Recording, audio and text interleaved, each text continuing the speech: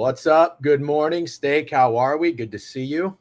What's up, man? How we doing? What's that hat? Is that a Cleveland Guardians hat? Nah, Oh, it's Gonzaga. a Gonzaga hat. I get shit for wearing too many White Sox hats, so I had to mix it up. People actually forget, hand up, I forgot, and I didn't mention it at the time.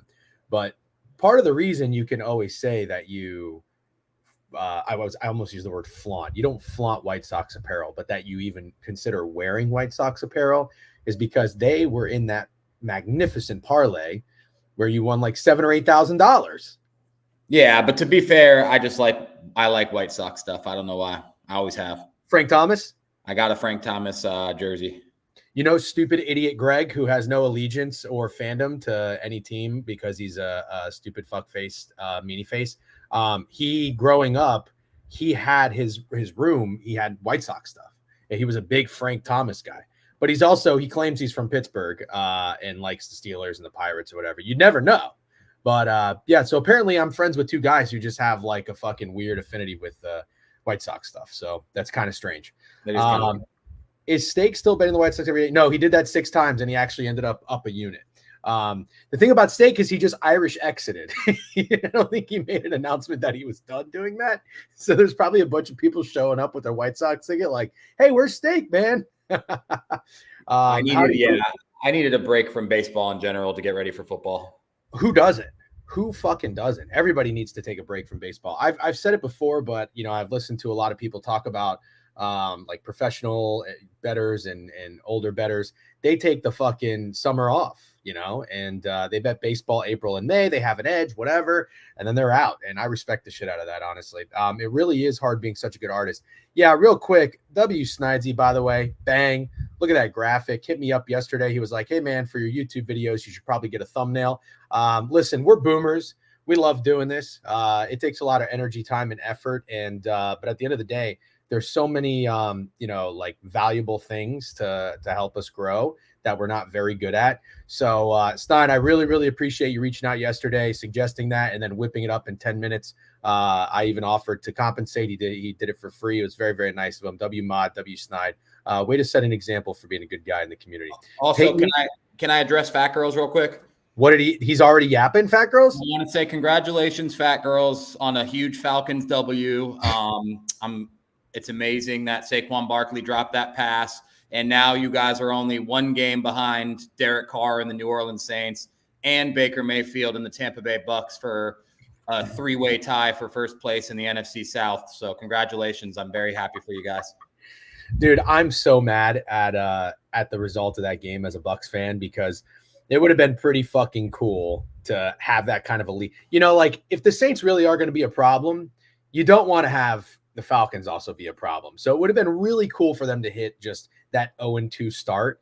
Also, did I share that stat with you? I heard on VSiN, 20, what was it? The last 24 teams to start 0-2. I think only 3 or 4 of them had a winning record. So it's a pretty significant hole since they switched to a 17-game season. I think that's what it was. It's a huge win, actually, when you realize they're playing the Chiefs next week. So they could be looking down the barrel of 0-3, and I don't want to know the stats on teams that start 0-3. So, yeah, it actually is a huge win. NFC South, maybe not so bad. Can real quick grab your puke bags. It's can we get a quick story time that picture was taken for you, the degenerate? Yes, I was in Miami for was that when I won Cam Smith and I told my wife and I, let's go stay at the Four Seasons for the first time? No, I think it was her birthday. And we went to Miami. We stayed at a place called the Faena Hotel, very cool hotel in Miami. And I had always liked that picture of who the fuck is it? Lenny, not Bias, Dawson, Len Dawson, the guy for the Chiefs, where he's drinking the Fresco or whatever and has the fucking cigarette. So I was like, hey, I'm going to recreate this with a Peroni. And it came out really well. And then I decided to just make that my profile picture, and it seems to be doing well. So we'll keep it. W graphic, W mod. Steak got the biggest smile in that graphic. Dude, Steak has an intimidating figure, but he's one of the nicest guys you'll ever meet. He's got a nice big smile on him. We love that. DJ to be late. Shut the fuck up. Long time. No, I'm not doing crabs chirping. Hey, remember, guys, just remember when you see people on a cold streak, it'll happen to everyone. I couldn't hit a fucking bet from January to June. Let's just remember that. DJ and Blatt are probably working overtime this morning. Did you guys plan on matching? We do kind of match. Yeah, we do. It's weird. I never wear this color literally ever. People really, I almost went with a blue Lulu. I traveled, by the way, yesterday, Steak. I don't know if you've ever done this. Actually, you definitely haven't done it because I've been on 3-day trips with you where you check a bag. I am in Orlando for like 3 days. I am at my parents', so I have like some, clothes here, but not like any good clothes. I just put in my backpack 3 pairs of underwear, well, maybe like 4, and 2 Lululemon shirts. And that's all I'm going to wear. So I almost went with dark blue, but I said I'd rather wear dark blue when I meet you tomorrow to watch the Jets game. So I went with the vanilla. Over under 16 and a half minutes. Why are we talking about piss breaks? I fucking emptied the bladder before we started. Is Steak? No, we already talked about that. You fuckers thought I was going to forget running from Kirko. You're hilarious. Can you also acknowledge betting on the White Sox forced Steak to quit betting on baseball? No, it's actually not accurate. Yeah, Fat Girls. I appreciate it. Fat Girls and Snide right now, W Mods in the Discord. If you guys have any suggestions or help with anything, of course, we will always lean on you. We are old, yes. Hello from 35,000 feet. W General Mitchie Moss, my other Delta guy. Steak, you might be a Delta guy now. Are you officially a Delta guy? I've been a Delta guy. I thought you were still like transitioning like just this year. No? Nah. I'm just moving up the medallion list. Gotcha. Yeah. I finally got status. It's pretty fucking sweet. Although I did book a Comfort Plus yesterday in hopes to get upgraded to first class. Not quite that cool yet. I did not get there just yet. Falcons, let's go. I'll be at the game Sunday night. Dope. That'll be awesome. Falcons Super Bowl back on. Yep. What's up, Danny Bonaducci?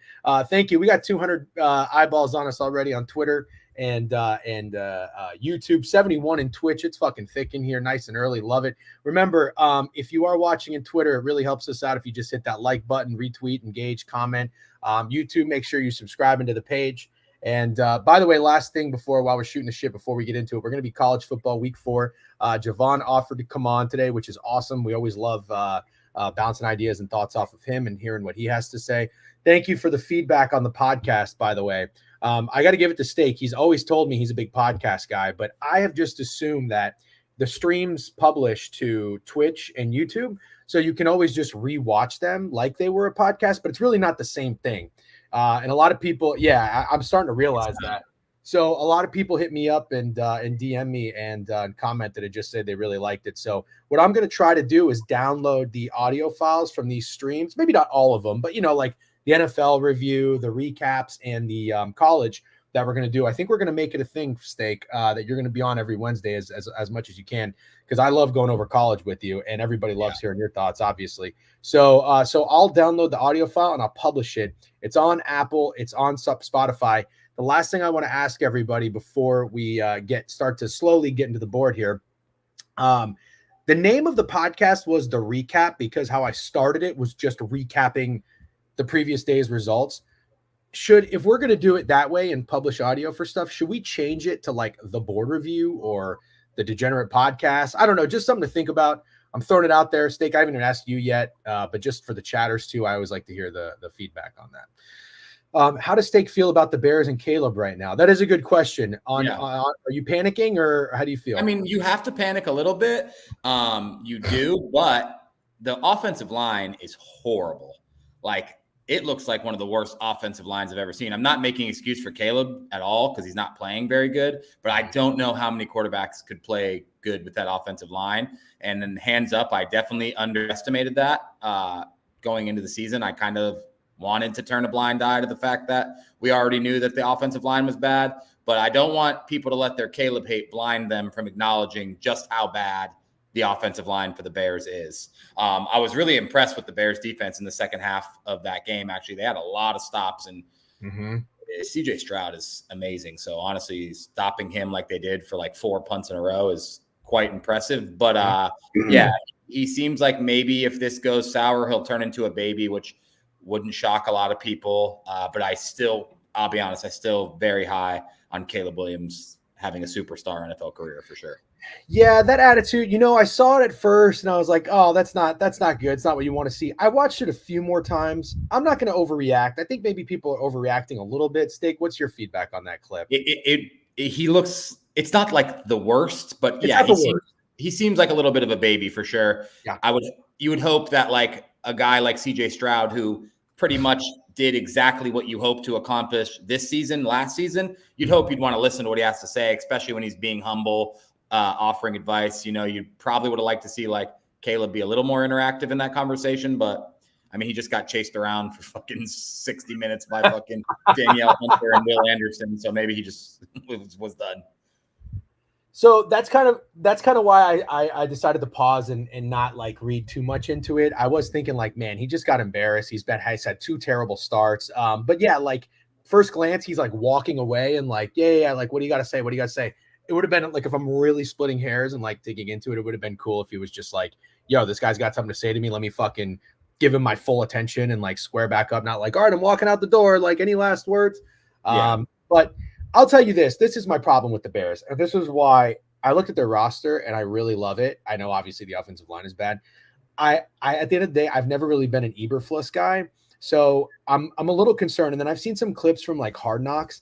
I just don't know if the guy is like the right coach for Caleb, but I'm not going to overreact, not going to panic. They have an interesting spot with the Colts. So we'll talk about that. By the way, Steak texted me yesterday and says, are you ready for my NFL or do you want to hear my NFL thoughts? If this guy asks me one more stupid fucking question, I'm out. All right. I'm out on Steak. I'm always going to do it. I just always have to put a precursor out there. But I will say this. We are late bloomers. That's why we never make bets. Do you remember the last time you've made a bet for NFL Sunday on a Monday? No. No. I do it. I don't We're do it. We're late bloomers. We're late bloomers. Steak is the latest of bloomers. I like to let it all soak in, like literally up until an hour before kickoff. I like to let all the narratives soak in and everything. I just like to like listen all week to what people are saying about teams. Yep. I hear you. By the way, Vital Capper suggested the DGen Daily. That's actually what I did call it at one point. I kind of like that. Maybe we'll go back for it. Okay, so I wanted to talk to you. Let's transition to college football. Jovan's going to come on a little bit closer to 11. And I wanted to get your thoughts before we start looking at the board. I did take a glance at it this morning. It's kind of ugly. It's kind of dirty. Love it. I love it. Well, I'm glad you're on then, because I definitely need help with this. But I wanted to get your thoughts on these on the updated market for the Heisman. I guess I can share my screen, although I don't know that it necessarily really helps. I don't know that you guys are going to be able to see this, so let me just read it to you. We've got Cam Ward in the lead now. This is on Bet Online. Cam Ward is plus 450. I think he is the rightful leader based off of how he's played the first few weeks. Jackson Dart 7-1. Jalen Milroe, my guy, plus 750. CLV, cash it. Nico 9-1. Gabriel 10-1, and then your boy Ashton Jeanty 12-1. I don't mind Travis Hunter up there at 14-1. I still think I thought about taking a flyer on him as being the number 1 overall draft pick. But some of these quarterbacks are looking so fucking good that I'm not sure. I can't be convinced that it won't be a quarterback at 1. So where's your head at right now? You have Dylan Gabriel. You have Miller Moss.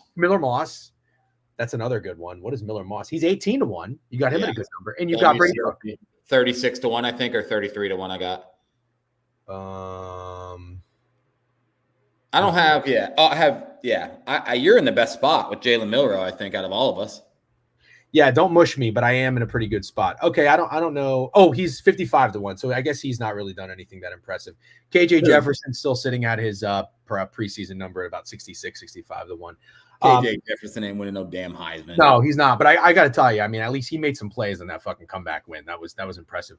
All right, where's your head at with the Heisman right now? Where would if you had to advise someone on where to put their money, where do you think you would put it? I think it's undeniable at this point, as much as I've tried to deny it, that Jackson Dart has Heisman aura, and fucking he does, man. He does. Yeah, he does. There's something about Jackson Dart. And I'm going to be honest with you. I really don't think Jalen Milroe is going to win the Heisman. I really, really don't. So, I'm kind of with you on that. Like, I was a little bit nervous. I don't want to react, but the first half of that USF game was not a performance that a Heisman caliber player puts on. And especially when you got guys like Nico, I don't know how to pronounce his last name, for Tennessee. I am Jackson Dart. Yeah, so these guys just coming out fucking straight out of the gate. I guess the race is a little bit tougher than I expected, a little bit bigger of a crowd for people that are worthy, because the preseason market, I looked at Quinn Ewers and Jackson Dart. Now, Jackson Dart has not been tested. Let's also put that out there. But he's going to be. So the games you want to happen are going to happen for him. Yeah. I'm not sold. I wasn't worried about Beck. I really wasn't worried about Ewers, although Ewers has looked great, but he got hurt. That sucks. Arch Manning, Special K pointed out 16-1. Absolutely fucking not. I'm with you on a little on Jalen Milroe. I'm not really that convinced, and I am nervous. This Nico guy for Tennessee, I'm fucking scared about. But big game on the road with Oklahoma. We'll talk about that whenever we get into it. And on that note, let's actually start talking a little bit about these games, because I see we got a Thursday and 3 Fridays that are probably worth mentioning. I might have a lean in one of them. So before Jovan hops on at 11 and we get to the actual Saturday slate, this is what I got for the board. Steak Thursday night, South Alabama, Appalachian State, 7-point spread. You got any weird thoughts on that? As South Alabama just scored 87 points. And so just to be just a disgusting contrarian, I definitely had my eyes on their team total under. After a team scores 87, you kind of have to fade them. So App State opened 5.5. They're up to 7. Total 62.5, up just 1 point to 63. App State just had a nice win. They were on the road. They were Eastern Carolina. Yep. I think I thought about getting there with them, although I saw the way that game played out. Even though it was a winner, I don't have any FOMO or regret. That was a sweaty game. I think they were losing the whole game, and then they came back with 3 minutes left. They won 21-19, so it was a lower scoring game. We know they allowed 66 points against Clemson, so that's a really good response by App State. Back-to-back road games. After allowing 66, they go to ECU, only allow 19. Maybe the defense found a little confidence and morale there. I kind of like where your head's at. So maybe South Alabama, after scoring 87 points against Northwestern State. By the way, they were involved in that game that didn't play 55 minutes and the bets got voided. Did you hear about that? Yes. That fucking sucks. Yeah. At Ohio, by the way, on the road, South Alabama only scored 20 points. So that is worth noting. Maybe they're a little bit different team at home than they are on the road and when they're playing some competent competition. All right, I don't hate that. Talk to me about this Friday night slate. This is actually quite fucking lovely. Stanford, Syracuse. Let's start there, and then I've got some thoughts on Illinois, Nebraska. Syracuse -8. Let's see what the pre-market was on this. 10.5 opener. Again, I don't know how accurate these are, but I like to use Action Network. 10.5 down to 8.5 or 9 at DraftKings. Total 55.5 up to 57. Man, fucking Stanford is feeling it, dude. The travel from being in the ACC. Oh no, wait. Oh, I thought they already played. Oh, I'm thinking of Cal. My bad. Yeah, Cal is. I'm Cal's excited to talk about Cal. I can't wait to talk about Cal. Okay, so Stanford has not traveled to the East Coast yet. Stanford has had a fucking limp dick schedule. They got TCU. Well, no, I take that back. They opened with TCU. That's not limp dick. Then they played Chris Paul. I don't know who that is. Then they get a bye. Week 3 bye before they go on the road. Is Stanford a live dog here? You know Syracuse is fucking feeling themselves after they've also had an early bye. After these 2 wins against Ohio and Georgia Tech, where they've scored 30-plus points. We've already been hearing it. Kyle McCord this, Kyle McCord that. Ohio State regret letting them go, blah, blah, blah. You like Stanford here for a little bit of an upset or no? I kind of like the under more than Stanford because I know this is as hyped as I possibly thought Syracuse and Kyle McCord could be at this point of the season. Like, I actually liked him going into the season. I think we talked about it week 0, week 1. Like, I liked Kyle McCord. I liked him going from Ohio State to Syracuse, less pressure, can kind of just play a little more relaxed. And he's absolutely done that. I did not think that he would be this hyped this fast. But he is. People are definitely talking about him. So indirectly fading him, I could go under. I kind of like the under. And then also what I wanted to bring up, SVP, really good point. So the TCU game against Stanford, you remember that? I do. I was traveling, so I didn't watch it fully, but I did remember, I think TCU was like -9 and they didn't cover. They only won 34-27 in a comeback victory. Yeah, but they should have covered. That was the thing. It was like a miracle cover for Stanford. I had Stanford. I think a lot of people had Stanford. And it was like a miracle cover on a Friday night. And so it's like same line. And it's, would you have expected TCU, Stanford, and Syracuse, Stanford to be the same line going into the season? I feel like you wouldn't have, right? Well, I guess the answer would be no, but I don't think anybody was high on TCU. However, I think people would be much lower on Syracuse.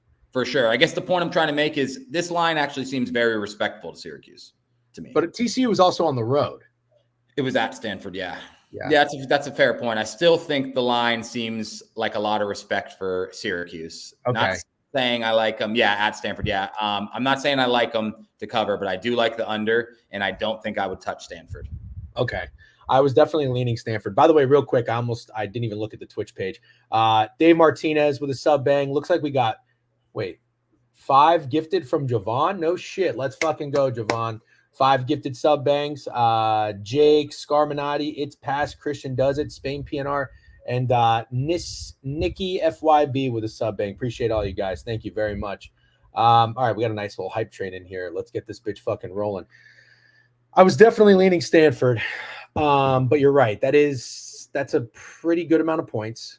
I'm going to have to get involved here one way or another, and you're telling me it might be the under. I think it's kind of impressive that Stanford was able, after watching TCU, I thought their offense was kind of nice with it. I like that fucking Herbert Hoover guy, whoever the fuck that is. I know his first name's not Herbert. He was 28 of 42 in Stanford, 353 yards, 2 touchdowns. On the road in week 1, that's pretty fucking impressive in my opinion. Let's see. The TCU... Yeah, so I guess it's not like it's anything impressive from Stanford's defense in that game.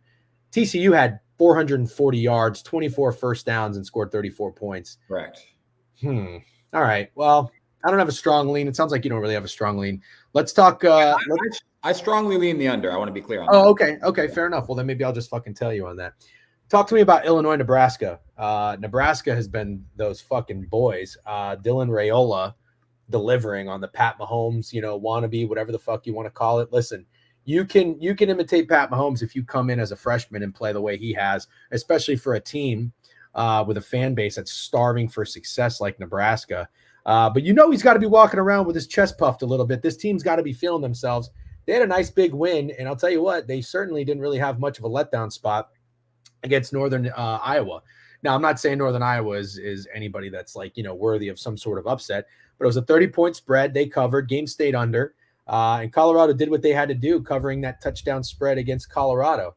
On the flip side of this, with Illinois, I just faded them with CMU as my best bet.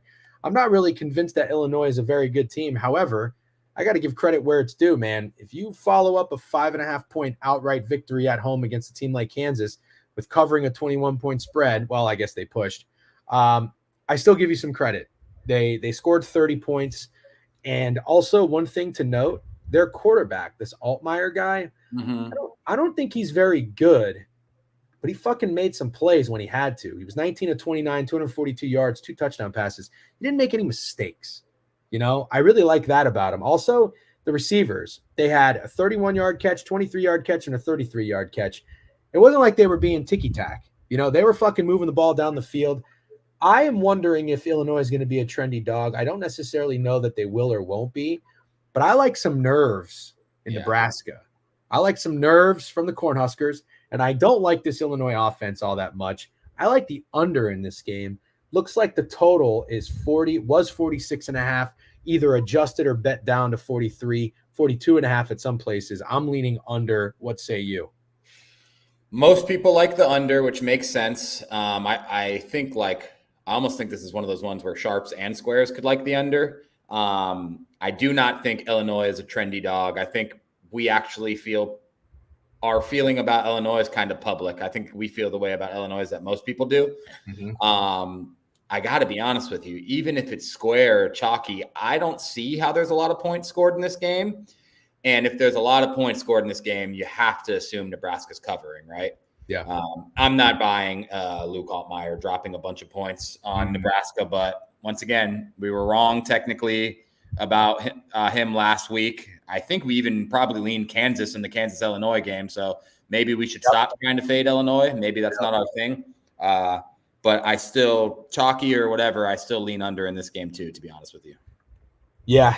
Okay. And I'll just say it because I'm not scared. I actually do think Nebraska rolls. Okay. By the way, just not to really bitch too much, but I think I texted you this as I was driving home from golf. When Illinois kicked that 58-yard field goal, actually 59-yard field goal, I said that we're going to lose our CMU bet because of that. CMU, what I forgot to mention, they scored with 36 seconds left in the half. It was 10-6. Yeah. Illinois got the ball back with 36 seconds left and kicked a 59-yard field goal and covering that fucking 18.5 that I got him in It early. just sucks because it closed at 21.5. I know. So you would have covered if you didn't try to play the CLV game like I did, unfortunately.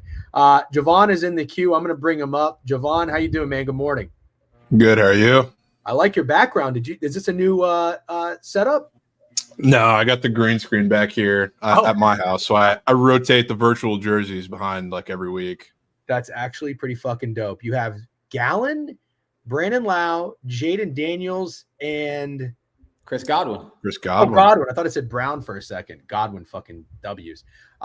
Okay, well, not to waste too much time because we have a loaded slate here. I would like to just get your brief thoughts because I know we were talking Illinois, Nebraska, and then we were talking Stanford, Syracuse, and obviously you being a TCU alum and knowing the team pretty well. RIP with that UCF game, by the way. That was fucking brutal. Do you think there's anything there with Stanford on the road? And then more so, do you have any thoughts on Illinois, Nebraska? Well, the only reason Stanford got back in that game, outside of the fact that there were a bunch of crazy penalties from beginning to end from like the TCU defense, but like they had a semblance of a run game, which is the same reason why UCF came back. They just lined it up in the second half. Every single play, TCU couldn't stop it. So like RJ Harvey was going crazy. KJ Jefferson, when he was running, was going crazy. And their playbook, Stanford's, is very gimmicky. So like I don't think that's going to work against Syracuse personally. It's just those two games feel awfully like the Monday Night Football slate, where it's two similar-ish lines with favorites happening at the same time that I can only assume nobody's going to really want both dogs, and one of them's going to cover and maybe win. I don't think it's Stanford, though. Yeah, it's kind of what Steak was saying. Okay, so on that note, you're leaning Illinois? A little bit, yeah. I don't have like strong feelings on that game, but I'm more so not leaning Stanford than anything. Okay, that's very fair. Yeah, we were kind of talking, even though it might be square, it might be sharp. We don't see a lot of points scored in Lincoln, so I think probably right now my favorite bet between that is going to be the under. And then, gentlemen, real quick, San Jose State, Washington State. I don't have any real thoughts on anything Pac-12 related yet. Just haven't gotten a read or a feel, nor have I been able to watch any of these teams. Steak, real quick, do you have a thought in this game? Washington State 12.5 to San Jose State, who is 3-0 ATS. Well, both teams are undefeated against the spread. 55.5 total. Yeah, I have a thought. So Washington State just beat Washington, which is huge for them, regardless of what you want to say about what's happened to Washington's program since DeBoer left, obviously. Still a big win. And before that, I think did they beat Texas Tech before that? Yeah. Yeah. So I gotta be honest, just spot wise, I kind of like San Jose State in this spot. I could see Washington State being sleepy. I did not even realize that. So you've got Washington. Yep. That was on a neutral, by the way. Interesting. They beat Washington 24-19, game stayed under. And you're right. Before that, they actually handled Texas Tech 37-16. That was our nasty underplay. Jovan, do you like the letdown spot for Washington State, or might be a little magic to this team? I think there might be a little magic to San Jose State. Plus, I believe that's where Ken Niumatalolo is, San Jose State, the old Navy coach. So John Mateer, the Wazoo coach or the Wazoo quarterback, is he ran for 100+ yards, I think, in back-to-back games. If there's anybody who knows how to stop a running quarterback, I would think it would be Coach Ken over there at San Jose State. So I'm kind of down for that. Kind of a fucking nice little read you got there, my man. Holy shit. I love that. All right. So recap, maybe some sort of underplay, South Alabama, App State. Nobody sounds like they really like Stanford. I'm going to leave Kyle McCord alone. Lean Illinois, like the under, probably going to play the under, and maybe a little something there with San Jose State Friday late night. All right, let's get into Saturday. Tulane on the road. I'm going to bring up the board. I don't really know that these first two games really jump out to me. Gentlemen, feel free if you think there's anything there with Rice and Army. Maybe Rice looks a little short at 5.5. That could be an angle. And then Tulane play their ass off against Oklahoma, but I don't know. Back-to-back road games, always kind of a tough spot. I don't know if that line seems short to you. Any thoughts on either of these two games? And then I'll start pulling up maybe some past performances. Tulane coming off tough games against Oklahoma and Kansas State. Oh, shit, that's right. And I don't love them in this spot at all, to be completely honest with you. I don't love them in this spot. I would probably lean Louisiana in that game. I do think the line's a little short, and I do think most people just seeing Tulane be very competitive against Kansas State and then play their way back into the game against Oklahoma, and everybody watched it. I just think Tulane could be trendy. I don't love them, and I agree with what you said. Rice, who just beat the shit out of Rice last week? Was it Houston? Houston, the Houston Super Bowl. Yeah, exactly. And I think Houston was horrible. I said I came on here and said Houston was horrible, and they go out and they win like that. But I don't know how the fuck with the way Army looks good. I just can't believe that Rice is +5 or 5.5 or whatever it is. Army coming off. I think that could be a sneaky overplay because I guess we can talk about this for the Houston game too. I think Houston's defense is damn good. That's the one thing that I didn't expect coming into the season. They damn near blanked Rice. Probably should have. They got a garbage time-ish like touchdown drive, and their offense hasn't been as good as I expected coming into the season. And now Army's coming off that bye week. I don't think Rice is stopping the triple option. I think Rice's offense will be alive too. Sneaky gross over, maybe. I love Army overs. My first bet of the year was Army team total over. I love where your head's at. Also, after making Army my POD against FAU and really diving into this team, their defense is not that good. Yet they did go on the road against FAU and only holding to 7 points. But Jovan, I've heard you say it before the season started, I think, about this Cam Fancher guy. He's not very good. Yeah, he's really bad. FAU was still able to kind of move the ball. They couldn't score in the red zone. I think they ended up having a nice game against FIU. That spread was pretty telling, although FIU might be rat shit. Army's offense can absolutely move the ball. I love their quarterback. And they have a badass running back too. He fumbled in the FAU game. It was number 6. I don't know his name. And the coach pulled him out for like 2 quarters. I like where your head's at. Triple option coming off of a bye, and Rice not knowing what to do with it. And then Rice maybe being able to score some points against Army's defense. They have 9 new starters this year on defense. So I'm into that. Rice Army over will probably be on my card. All right, here's a couple of interesting games. Steak, I'm going to start with you here because I believe you have a lean on this Kansas-West Virginia game. Jovan, I'm happy to have you on here as well because you know the Big 12. I think, I'll just tell you my thought real quick. I think this line looks a bit short. At the same time, this 2.5 number always feels trappy, especially when Kansas, I believe they just lost outright, and they lost as a favorite on the road their past 2 performances. I am in love with this Garrett Green quarterback because I think he just plays really hard. I don't know that he's that good. I don't know that I came into this week wanting to fade West Virginia, even after that loss on against Pitt, but I can be persuaded. Steak, you're going to be there with Kansas?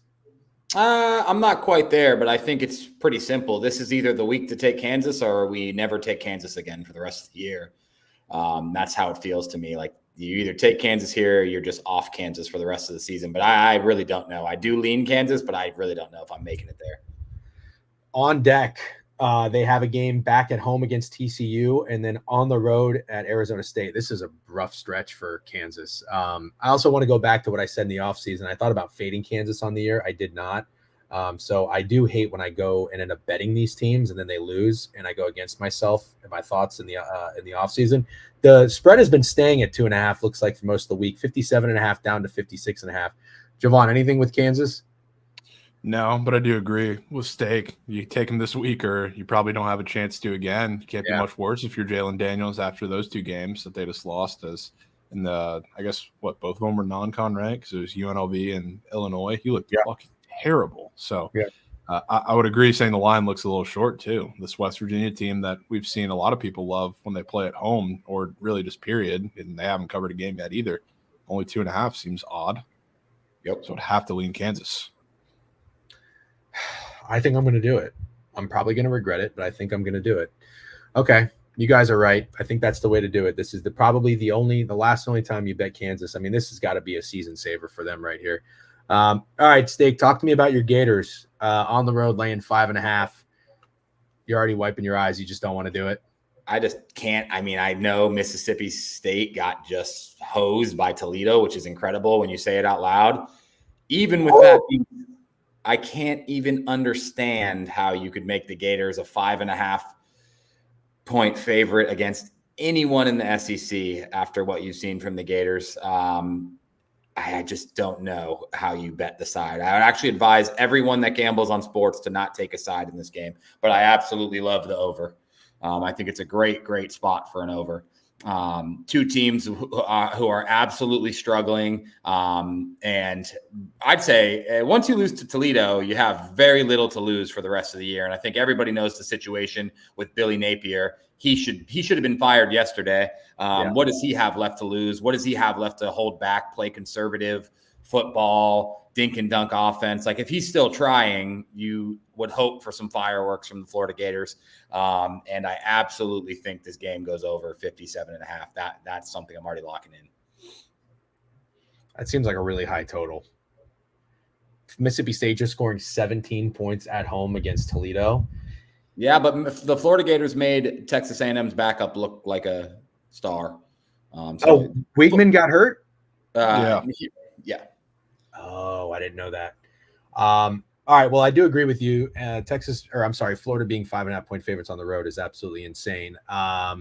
So the over is what you're thinking here, and the line was 56.5, bet up to 57.5 or 58. The Gators were also 4.5 up to 6.5 now. Jesus fucking Christ. Yeah, Gators winning by a touchdown on the road sounds absolutely awful. Jovan, do you agree or have a thought in this game? Kind of agree. A little nervous that I've seen the over 17 times on the feed already this week, but I definitely agree. It's got to be a spot for points. The team's got to throw shit at the wall and hope it sticks this week. Right. Okay. Well, you know what? This noon slate isn't as bad as I thought it would be. I didn't really give it its flowers, but we got a couple of nice other games here. You know, I'm always a sucker for Charlotte. James Madison, North Carolina, Marshall, Ohio State. I'll switch up the blunt rotation in a second, but Steak, I think that you had James Madison on your leans that you tweeted against North Carolina, 10.5. Are you fading North Carolina or are you betting on James Madison?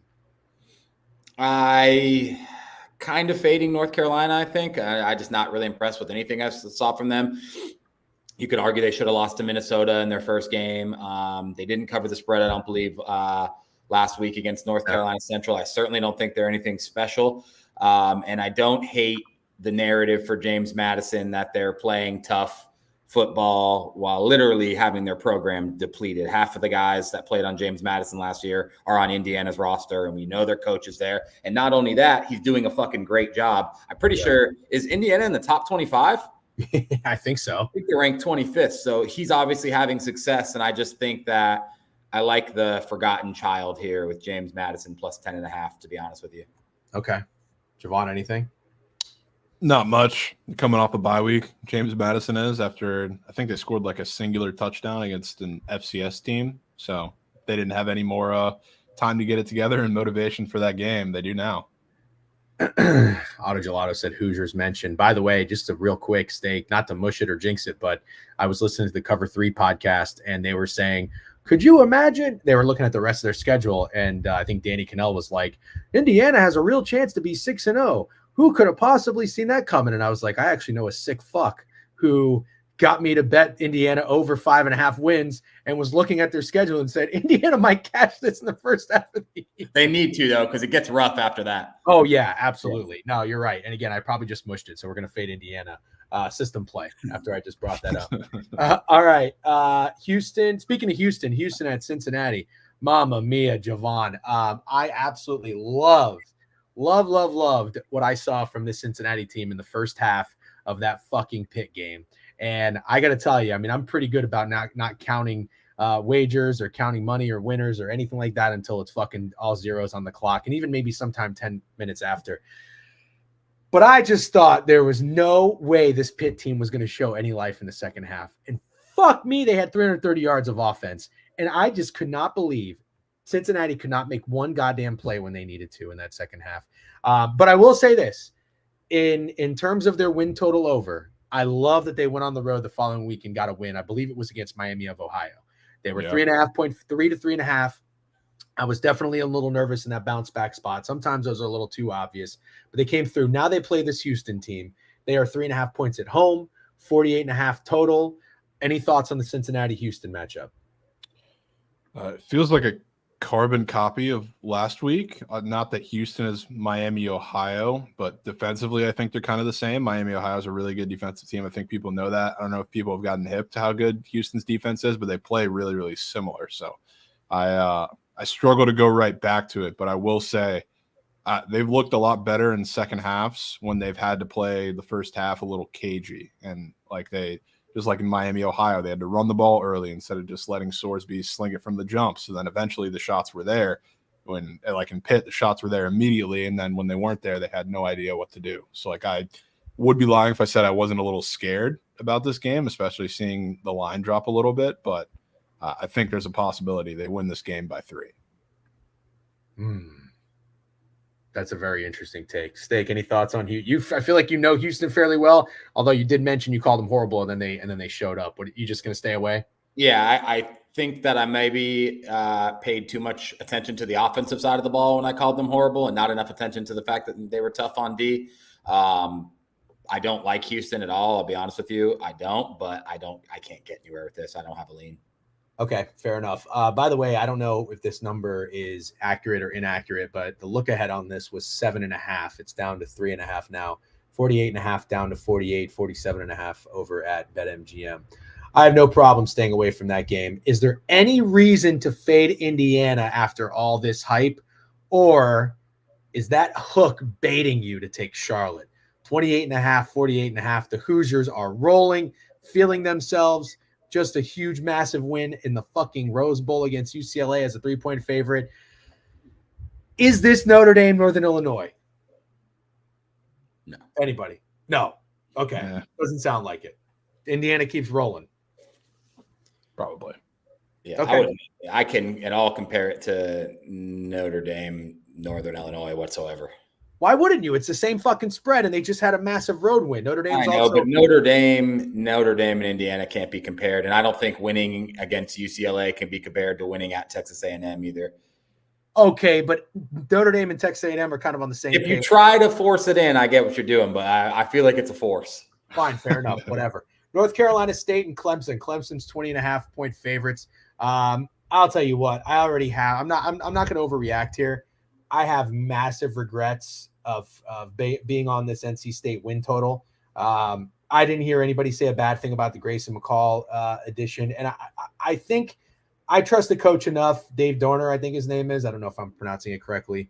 I trust him enough to maybe figure it out. North Carolina State becoming a competent team and whatnot. But, sometimes with the transfer portal, it could take these guys a little bit. But almost losing to Louisiana Tech as a 20.5-point favorite last week was concerning after a 41-point ass whooping to Tennessee on the road against Clemson. Also, we're losing to Western Carolina in the third quarter of that game. Important to remember. I know I say it a lot, but they're just fucking horrible, I think. They're bad. Yeah, it's not good. No. Go ahead, Jovan. I'll say this. I didn't say enough to fade him, or like I wasn't confident enough to fade him, but I was one of the only people I think that said Grayson McCall was bad preseason. Like I thought he was just I don't want to say a system quarterback, but like he played in a very niche system at Coastal Carolina. So like you did say that. I had my doubts that it was going to like transfer to NC State, and doesn't look like it so far. But he's not playing this week. I'm pretty sure he's not. So that's why the spread is as large as it is. Yeah, it got adjusted from 7.5 to 20.5 or something like that, depending on the look ahead that you found. I cannot help. Sometimes, again, I talk about it with the muscle memory and these spreads. I just see this happening before. Where did you see a 20.5-point favorite not cover that we were on recently, Steak? Do you remember? I mean, I was on NC State last week. Well, there was one before that, fuckface, Virginia Tech. Do you remember that one? Oh, yeah. Fuck Virginia Tech. I don't like these spreads because it says just win by 3 touchdowns. It concerns me. Even 13.5. Just win by 2 touchdowns. Let's be honest. We were on Oklahoma last week, but I'll tell you right now, that was lucky as fuck. I just get concerned with these numbers. It feels a little trappy. It feels a little baitish. North Carolina State has looked terrible. Now you're telling me Grayson McCall's not even starting. I think people probably want nothing to do with them, whereas maybe we can buy in a little bit here. Oh, you're shaking your head no. Jovan, are you saying absolutely not to this too? If I'm trying to get there with North Carolina State? I can't, dude. After last year and what happened in that NC State Clemson game, now Clemson's coming off a bye week. And granted, it was App State that they beat the shit out of, but that looked like the game that they just said, fuck it. Like, Dabo, you're not calling a single play of this game. We're just going to let Cade sling it. And he looked damn good, even though it's App State. So I can't fade the revenge spot. Let me just ask you both the question, since we all kind of did a college football season preview together about this conference. And they're two similarly ranked teams. I think they both had like 8.5 win totals. Is that accurate? 8.5 to 9 win totals? 9. Yep. And then I told you, okay, so Clemson goes out against Georgia and they lose 34-6 or 31-6, whatever it is. They don't score a touchdown. And then I tell you the NC State spread is 20.5, even with Grayson McCall out, who Jovan just mentioned is playing horrible. Even with him out, would you ever have believed me if I told you Clemson was going to be minus 20.5 against NC State? No, I don't think so. You wouldn't have. No, that's a big spread. Anything over 7 would have shocked you. I know the game was 6-0 at the half, but I didn't see enough impressive stuff from Clemson against Georgia, especially offensively. But yeah, I think Clemson beats the absolute dog shit out of NC State. I think NC State is really, really bad, and I think Clemson will do whatever they want to, similar to what they did against Appalachian State. Okay. All right. Well, that was fun. Thank you. You guys talked me off of that. I appreciate it. All right, let's keep moving here. Looks like we're almost getting to the 1 o'clock slate. Jovan, by the way, thank you for coming on. And anytime you got to hop off, just let me know. Ohio at Kentucky. Steak, props to you. I tweeted the clip of it. I don't even know that you wanted me to tweet the clip of it, but your take on Kentucky last week was spot on. You called Georgia being a 24-point favorite on the road. Incredibly short, the nastiest, trappiest line out there. You got there with Kentucky, and they almost won outright. I went back and I watched the South Carolina Kentucky game, not to back that up, but because I was looking at fading South Carolina and taking LSU, which you talked me off of. Thank you, but I did take the under because I wasn't that impressed with South Carolina's offense. The receivers were wide open, and I was like, man, Kentucky is just bad.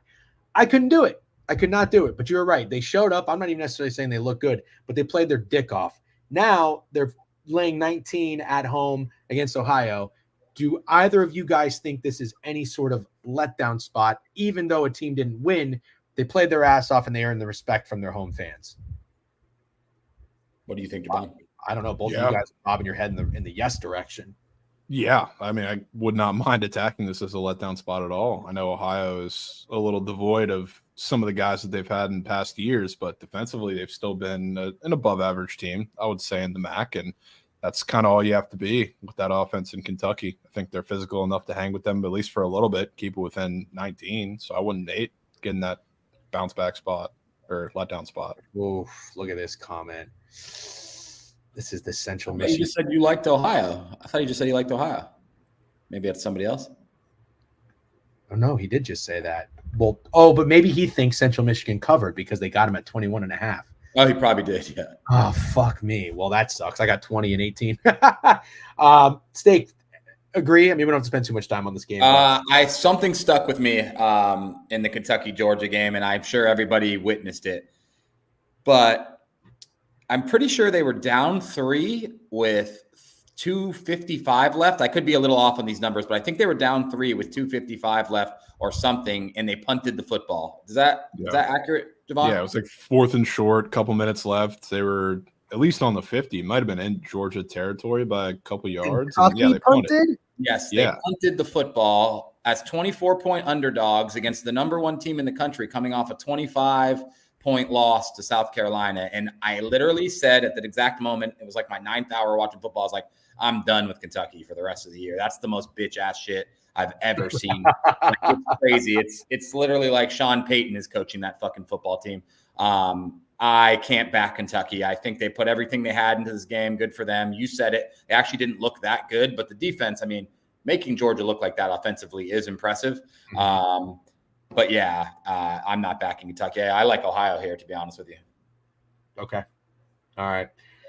Well, we're getting into the ball sack state version of this slate, so it's going to get kind of nasty and ugly. I'm just going to bring up the game. If I have any thoughts, I'll spit them out. If you guys have any thoughts, just go ahead and start talking. We'll figure it out. Ball State and Central Michigan. I'm done with Central Michigan. Thought I had a really good spot lined up for him in Illinois. Some weird shit went down in that game. I'm not making excuses, but Jim McElwain, the way he coached and the decision making, I'm done. I'm out. 6.5 against Ball State. Total 53. If you guys have anything, feel free to just throw it out there. Nothing for me. Okay. Temple and Utah State. Didn't Utah State just get their dick kicked in by USC, I believe? And then Virginia and Coastal Carolina. I think Virginia just won a pretty tough game.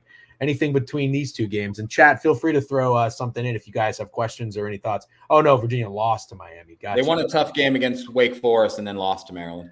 That's what it was. That's what it was. They had a miracle comeback against Wake. It was crazy. Yeah. Sounds like everybody leans Virginia. 3.5 on the road in Coastal. Man, that's just a weird matchup and a weird game. And it sounds like nobody has any interest in getting involved with Utah State on the road. This is interesting. Jovan, let's talk about this for a second because you talked me into Iowa State. Man, we just had a huge for the fucking dick kicking we took on the Cincinnati win total. We kind of made up for it with Iowa State. I don't even know if you ended up taking Iowa State, but I did. Yeah.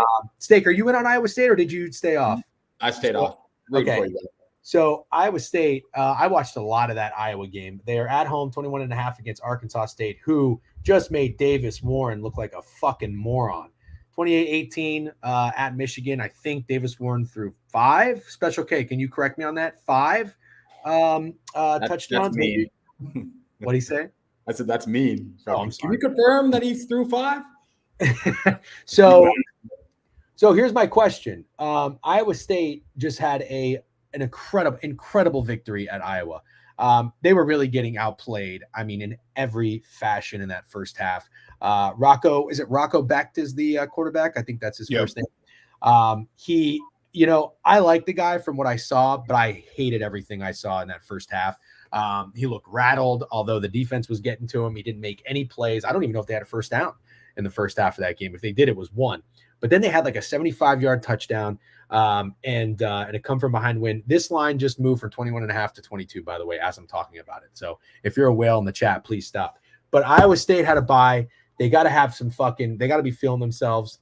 I am thinking if I'm playing this game, I'm going Iowa State because if you're Arkansas State, back-to-back game Steak, I see some stupid smirk on your face. We'll get to that in a second. Arkansas State, back-to-back games at Michigan and at Iowa State. You think this team actually wants to get off the plane or the bus and go play football? I don't think so, even though they kind of showed up and played well. I think Iowa State is going to fucking dog walk them. But Steak, you talked me off of Iowa against Troy. Would you do this in this situation? Not at all. No, I actually think the Arkansas State played well narrative is kind of BS. The Michigan quarterback threw 5 interceptions and Arkansas State scored 2 touchdowns in garbage time. They looked awful. And I think they are awful. And I would be very comfortable backing Iowa State in this game. And I do think it's interesting. The spread is the same as the Michigan game. I like Iowa State. I think I like them a lot. Jovan, any thoughts? I agree. I think Iowa State scores 50+ in this game. I think they absolutely destroy them. And looking at like the totals, like this total is like the spread is the same place as the Michigan one. The total I think is 4 points higher. It's also the same exact total they had against North Dakota. So like Arkansas State's defense looked okay, I guess you could say, even though it was more just Davis Warren being bad at football. Right. But if we're putting them on the same plane as North Dakota, I think you know what to expect this week. So that's a really good point about the total. The Michigan game was 47.5 and it stayed under. Now they're playing an Iowa State team that could barely muster up a first down and scored 19 points against Iowa. 50.5 in the 50s in general. You're not getting that discount 49 or anything that might be baiting you to take the over like that. And if it's points, it's coming from Iowa State. Absolutely love that. All right, a couple more here that are pretty gross. Jacksonville State, Southern Miss, Eastern Washington, Nevada. If you guys have any thoughts, feel free. Otherwise, let's talk USC Michigan. No, shaking your head. All right. So USC Michigan. I'm going to give you my quick thoughts on this game, and then I am curious to hear what you guys have to say. Looks like USC is up to a 6-point favorite. This is going to be an awesome game. I heard Michigan is going to be starting Orji, and I wouldn't say anything is an awesome game involving Michigan because they looked so fucking terrible. But the fact that they're starting this guy and not Davis Warren has got to get you a little excited as a Michigan fan. But here's the thing. The first thought I had in this game was the under. Okay. It was the under and it was Michigan. Then I listened to the Cover 3 podcast this morning and I hear Tom Fernelli, who I like Tom Fernelli, and I like all these guys on this show, but they are pretty square, pretty chalk. You know, they're not great sports bettors, but they're smart college football guys. And I am wondering if I'm like, ooh, I'm going to take an under. That might be a little contrarian because Davis Warren is benched. And now you have USC coming in who Miller Moss has looked great. They just scored 48 points. People might like an over in this game. Texas scored points in Michigan. Tom Fernelli says the first thing he did was open his phone, open FanDuel, and bet the under in this game. Then the next guy, who's the host, Chip Patterson, co-signs the under. Then Danny Cannell co-signs the under. I couldn't believe it. Every single person, clean sweep, had the same exact thought. Meanwhile, I think I'm being cheeky, like, ooh, this is going to be an under because Michigan's defense is going to play harder than they did against Texas. And I don't know, Miller Moss, yeah, that game against LSU was good, but it was a neutral. This is a true away atmosphere. Maybe we're going to see points, and maybe USC is going to kick the shit out of them again. I don't fucking know. Steak, you got a pretty good read on Michigan because you talked me off or tried to. You thought Texas showed a lot of respect. Oh, yeah, you ended up betting Michigan anyway. Yeah. And Jovan, you liked the under in that game, and I got fucking scared last second. I was like, shit. If points are coming, I'm starting to get nervous about the total and about the favorite. If they're coming from Texas, and it had me worried about the under as well. So we all got fucked in that game. Now where do we stand attempting to potentially go to fade Michigan for the second time? Steak, what do you think about this game? I'm not directly fading Michigan. I'm not doing that. I'm obviously a USC guy, like we just discussed. Miller Moss to win the Heisman. I have a little flyer on them to win the Big Ten, and I have over 7.5 wins. Obviously, I'm elated that they're 5.5 point favorites in a game when I think most people probably would have thought going into the season they'd be 9.5 point underdogs. Yeah, I have my concerns about how quickly we've decided that USC has a decent defense now. When going into the LSU game, it was like this could be one of the worst defenses of all time, and Lincoln Riley doesn't ever have a defense.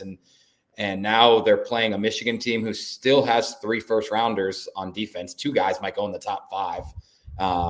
And I think it's interesting. I got to be honest with you. I think the line's really interesting, and I think how quickly the narratives have changed for both teams in this game are really, really interesting. I don't like the under. I'm going to be honest with you. I don't like the under. If USC wins by 5.5, I think it's because they score. And God, you got to assume Michigan has enough to figure out football offensively with the new quarterback. That's the best I got. I would lean over. And honestly, I would maybe lean Michigan. Wow. Okay. Well, I leaned Michigan as well, but I did lean under. And again, I thought that maybe would correlate, but I heard it exactly from the cover 3 guys. So it's probably going to be the obvious narrative. Orgy coming in, they're going to run the ball more. It's going to chew up clock. They're going to keep possession and keep Miller Moss off the field. Jovan, do you have any read on this side or total? Just got to say the first thing that I thought, and we recorded for our Book It show too, the under was very popular, not from me, but I was looking at like the most obvious over, I guess, of all time in the standalone game against LSU under. Then the next game, which I actually took the over, they shut out Utah State. So, I mean, it's 2 semi-obvious overs for USC that didn't even sniff the total. And now we're going to get what looks like a very obvious under. Like, just looking at that is having me question, because the thing about, like, Alex Orji, too, on the other side, like, you can argue that he's not a better passer of the football than Davis Warren. I don't really know where the comparison lies there, but at the very least, it adds some dynamic aspect to the offense. So I feel like even if there's not a constant stream of points, I feel like there's a lot more big plays in this game coming than people realize or people think. So I kind of lean the over too. So if you look at the splits on this game, again, I always just like to reference them. That's the under is the sharp play. And sometimes that overly obvious sharp play is not always going to hit. It looks like the opener was 52.5. It's down to 46.5, 76% of the money on the under. A lot of bets and money on USC, which would make sense. It correlates. The line is moving up, but at the same time, a lot of bets and money were on Texas, and that wasn't an issue. But it really looks like nobody believes in Michigan quite as much in this spot after that Texas game. So now I feel like Michigan is probably the contrarian side. And yeah, I think you make a great point about those 2 totals from what we saw with the USC game. That was a very, very good angle. Now this is like a contrarian over. So especially with Orgy coming in, who people just think run, and probably not a lot of big plays. All right, so maybe Michigan, maybe over. Not sure where I stand, but that's a 3:30 game, so it'll probably be a late ad for me. All right, let's see what else is on this 3:30 slate. Looks like we got Arkansas, Alabama. I'm sorry, Arkansas, Auburn. Auburn's a 3-point favorite, total 56.5. I don't really have any thoughts on this. If you guys do, feel free to just throw them out. I would think that Arkansas is going to end up being pretty popular. Auburn just benched Peyton Thorne, and everybody loves Taylor Green in that offense for God knows what reason because they're not good. So I would struggle to I don't know. I'm probably not going to get the counter with Auburn, but I have a feeling that by the time we get around to game time, we're going to be seeing a lot of Arkansas on the feed. Steak, and I just remembered, Auburn, they put up 45. Okay, so they bounced back a little bit after that terrible loss to Cal. Well, not terrible, but a loss to Cal. It's a terrible loss. You're right. It was a really bad loss. You're right. I forgot they were double-digit favorites. My bad. I just, for whatever reason, because Jovan is such a Cal fucking slurper from last year, I feel like Cal is better than they really are. They are, but Peyton Thorne threw like 4 picks, and that he made the Cal defense look like the steel curtain. So that was the bad part of it. You know, I thought I saw Cal with a pick 6 to start the game, and then it got taken off the board, and I missed what happened. Yeah, it did. But that was just bad. Oh, got you. Okay. Okay, so real quick, Steak, I forgot we faded Arkansas successfully with UAB. So they started out sluggish in the first half. They woke up in the second half. Jovan, I think you mentioned during the week you liked Arkansas's offense in that game. I don't know if they ended up going over their team total or not, but they scored 30-something points. That offense came to life. I was even nervous about not even covering the 24 points as a UAB better because I thought they were just going to score at will. Does that worry you at all, though, that they found their mojo a little bit in that second half, and maybe, with Auburn scoring 45 points, would you like the over 56 or no? I mean, they found their mojo in the second half because they had the ball. Like UAB had like an 8-minute drive in the first quarter or something like that, where that was their game plan in the first half. So Arkansas didn't really have the opportunity to get their footing under them offensively. So I'm not too worried about that. Okay. All right. Arkansas's offense has been good this year. That's worth mentioning. I always thought the defense against UAB was much more concerning. Letting UAB score that much as an SEC defense is much more concerning to me. I lean Auburn, to be honest with you, at home, but I don't know if I'm going to make it with that. But yeah, watching that it was fairly easy for UAB to score the ball makes me think that no matter who plays quarterback for Auburn, they could have an easy time scoring the ball. Lean Auburn. Definitely don't like the over at all. Okay. And that's about it for that game. All right, fair enough. I feel like you two both had a pretty good read on Virginia Tech. I don't think either of you, Jovan, you mentioned you weren't even letting Krabs wear off on you, that you were still nervous about him. Steak, I don't think you liked him at all. I didn't really get the love, but I've been burned by Virginia Tech in the past with the fucking God, what was that idiot Fuente? I don't know why I thought he was a good coach for a minute. So I'm just out on anything Virginia Tech related. 3.5 at home against Rutgers. Steak, you did talk me into fading Rutgers on the season. Obviously, they've played nobody yet. They have scored some points, 49 and 44. They got the Kalakamakis guy from Minnesota. I'm sure I pronounced that incorrectly. Total 44.5 seems pretty low. And a 3.5 point spread. Do either of you like anything in this game? Rutgers looks pretty glaringly obvious to me. So as much as I want to fade Virginia Tech, I think I'm good. I'll let that one pass by. Okay. Steak, anything? I agree full-heartedly. I think you're going to see a shit ton of people on Rutgers. I can't go back with Virginia Tech after I took them against Marshall. I'm done. But yeah, I think you're going to see way too much Rutgers love. And that total is a little low. I'll give you that. Okay. We've got Louisville and Georgia Tech. Steak, I think Louisville is on your lean sheet, or lean tweet, which I fucking hate because I have Louisville under wins. Although they played nobody, and this is a team they've been expected they are expected to win, and we're in the offseason, so I'm not that nervous. Is the Virginia hype potentially over after that loss in Syracuse? I mean, granted, it was a really close loss.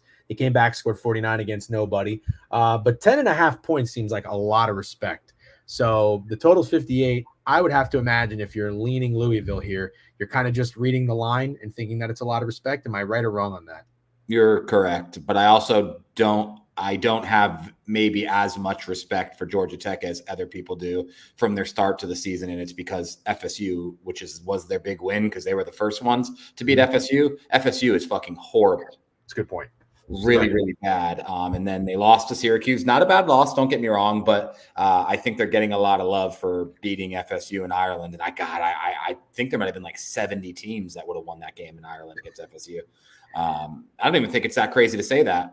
So yeah, I'm just not into Georgia Tech. I think not only is the line a lot of respect, but I think it's indicative. Like I do think Louisville will win this game by 14 or more.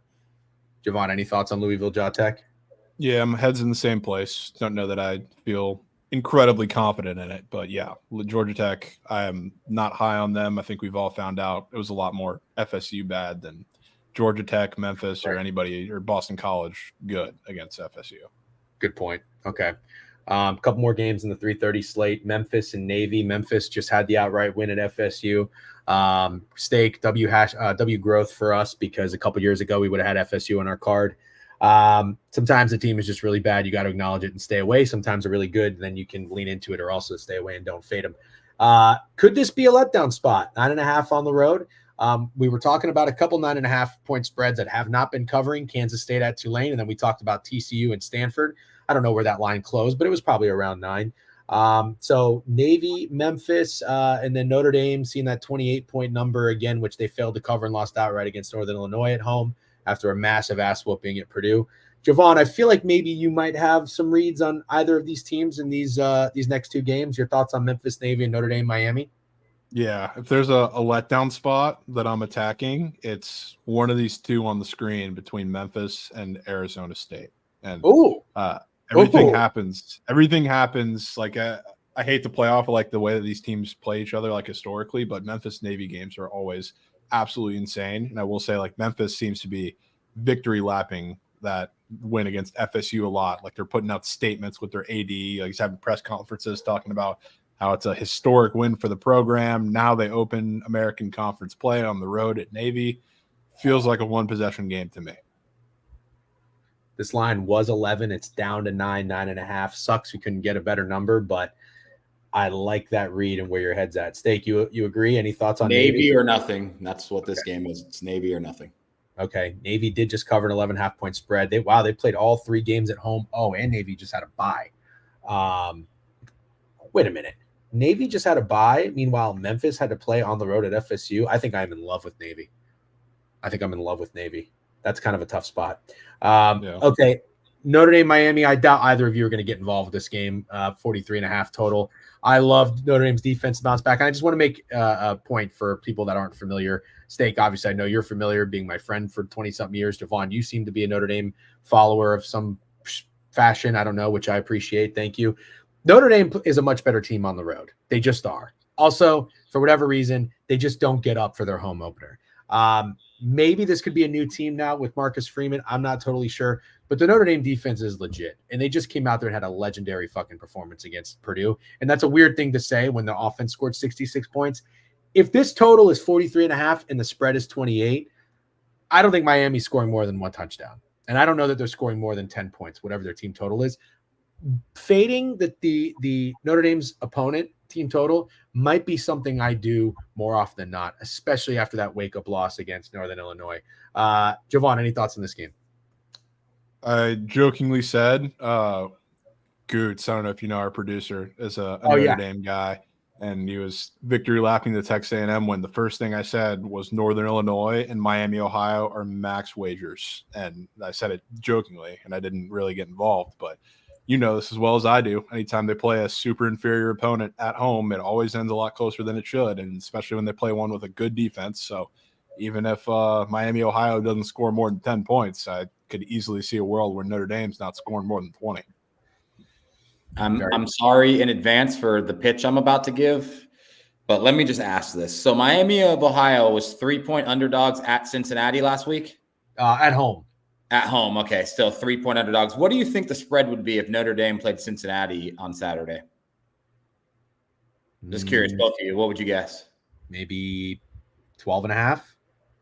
Yeah, I was going to say about 2 touchdowns. I get where you're going with this. How the fuck could Notre Dame be 28-point favorites at home against Miami of Ohio? Doesn't Miami of Ohio just seem similar to Northern Illinois? Yeah. Yes. Who the fuck's betting Notre Dame minus 28 here? Who would do that? Like, how could you do that? How could you ever do that? Is this your Kentucky, Georgia, except the opposite? I just think nobody in their right mind would take Notre Dame, and I'm not in my right mind. I'm being honest, man. It's a crazy line. 28. If you 20.5, you could have convinced me that was bait. 28 is crazy. It's crazy. I'm telling you. Said it. You just said it. The game that they just lost to Northern Illinois was at home too. So I can't even factor in the fact that they beat the shit out of Purdue, because the Northern Illinois game feels so much more similar to me. It's all I can think about. Yes, by the way, Sharpwit, new follower. Welcome, Sharpwit, to the board review. If any DBs don't run into each other, Purdue doesn't score once. That is absolutely correct. Also, Kennedy Urlacher, Brian Urlacher's son, is fucking awesome. Keep an eye on this guy. I'll probably take him for He better be. He's fucking awesome. Real quick, though, here's my angle in this game. Notre Dame is going to come back out. I always talk about this. An underwhelming performance in front of your home fans in the first game. The second game, you come out and you make it right. I like to try to attack that with certain teams with the right coaching and the right type of players. Notre Dame is going to come out in this first half. I don't know what they're going to do offensively. Yes, I see this fun fact. Riley Leonard, for whatever reason, he's a new quarterback in a new system. I don't care about the passing. The running game, that needs to be the strength because the defense is so good. They're going to fuck Miami of Ohio up in the first half. Is there a world where there's a backdoor? Maybe. I'm probably going to take something first half related. Miami team total or just Notre Dame spread. Maybe it's getting cute. I don't care. But that's the way I'm going to approach it. Okay. For what it's worth, quickly, Brennan Sorsby, the Cincy QB, they put a spy on him from the first play of the game to the last, and he is very clearly not Riley Leonard. So maybe he's going to have to throw the ball a little more. Ooh, very interesting. Okay. Arizona, Texas Tech. Steak, I saw you shaking your head yes as soon as Jovan brought that up for a letdown spot on Arizona State.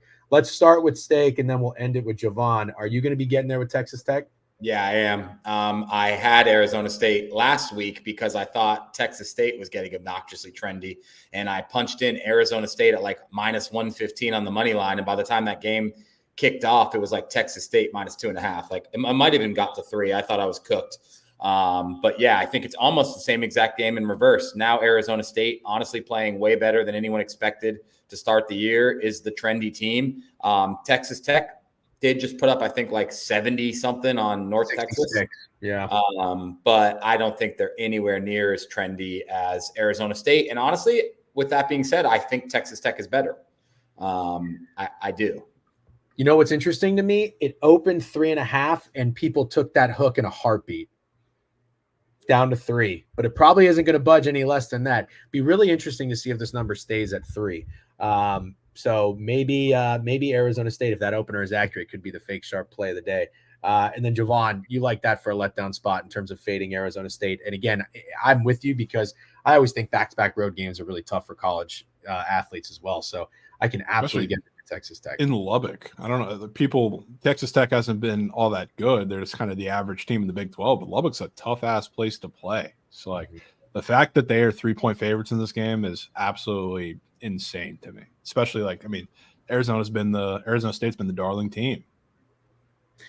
Will you elaborate on that, Ramble? You think Texas Tech should be favored by more? Is that what you're saying? I don't know that I agree because Texas Tech was 9.5 to 9.5 to North Texas, and a lot of people thought they were going to get beat outright. Yeah, that's right. And I know you are adjusting the line after a 66-21 performance, but I don't think that win changes a power rating for Texas Tech as much as Arizona State does winning on the road to Texas State, I think. I can't wait to talk about Oklahoma. We're almost there. By people, he means Trent. Very funny. ASU was 2.5 to Texas State on the minus road. 2.5. So are we saying the same thing? They were a favorite, I think. Arizona State. No, they were favorite dog to favorite. Okay, but that was the opener. Like that's where the power ranking was for Arizona State, is saying that they were still a favorite to Texas State. The market. Yeah, I said it wrong. You're right. I said it wrong. Okay. Got you. I see what you're saying now. Yeah. Okay, let's keep moving. How are we doing on time, by the way? Skip. That's what it was. My bad. I said it wrong. Okay, couple big games coming up. Kent State, Penn State, massive number.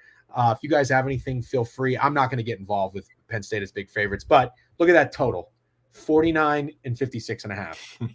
They're telling you Kent State isn't going to score, and they're probably not going to score. They're fucking terrible. Don't think any of you are getting there, though, so we can just move on. Nah, but it's just worth mentioning. The reason it's tough is because Kent State already had their one game this year against a big school, Tennessee, and they absolutely destroyed them. And then Penn State already had their game against a small program with Bowling Green, and Bowling Green was in that game until like the late third quarter. So I just don't think there's an angle to find on Kent State, Penn State at all. Okay, very fair. Jovan, Utah and Oklahoma State. First and foremost, I don't know if either of you know the quarterback situation, if Rising is in or out. Supposed to be playing. He's supposed to be playing. Okay, so 2-point favorites down to 1.5. We are all fading Oklahoma State. That Arkansas choke job really sucked the soul out of me because I've got they're under wins for one of my largest plays. I need Utah in this game. I need them bad. Can you tell me Utah's going to win? I feel like you know Oklahoma State pretty well, and you might even know Utah fairly well. Yeah, I mean, Oklahoma State's lost, I think, 2 games in Big 12 play at home in the last 4 years, and they're underdogs with a pretty uncertain quarterback situation in Cam Rising. I feel like that, if we're talking about telling lines in the Big 12 game, that tells all to me.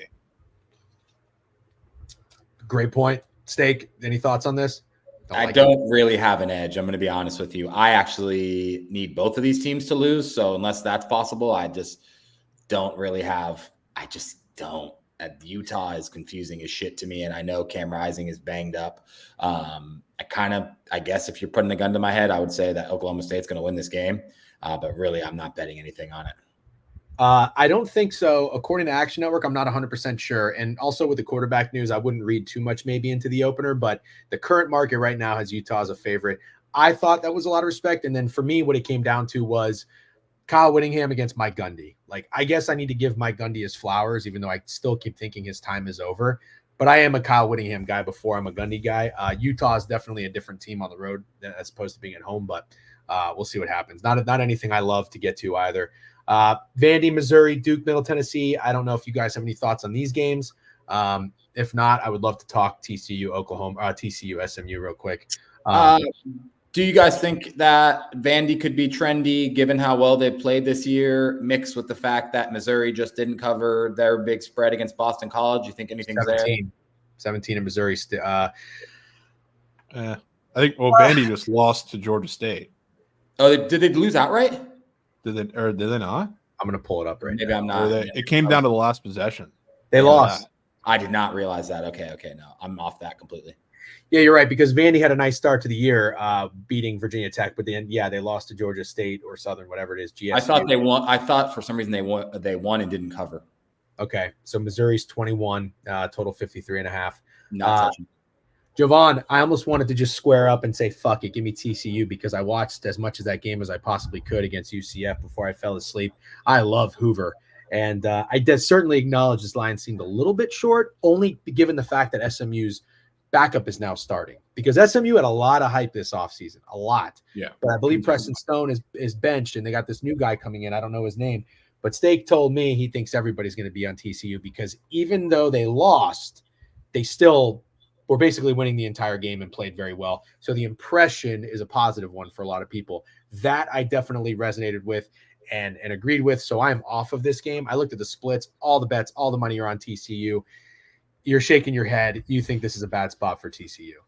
I've been saying since the offseason that I am dreading this game because I think we're going to lose it. This is also the last time this little rivalry game is being played because TCU said we're going to stop playing you because you're not important, which is why, this game is on the CW, and the guy who announced the Nick Castellanos home run little episode, he's announcing this game. So that's goes to show how important they think this game is. But yeah, this is the last time they're going to SMU, last time the game's being played. I have a bad feeling that SMU, who has a little brother syndrome, is not just going to run the ball down TCU's throat and not make Kevin Jennings do anything in this game. So as much as I hate to say it, I think it's SMU.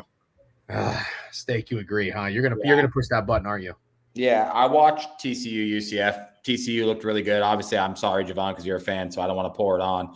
But I do think that loss was so bad that it could stick with you for a game or two. I really do. Yeah. They should have won. They outplayed them for fucking 3 quarters, and I don't really know how the meltdown happened, but I do like SMU. I also like everything you said.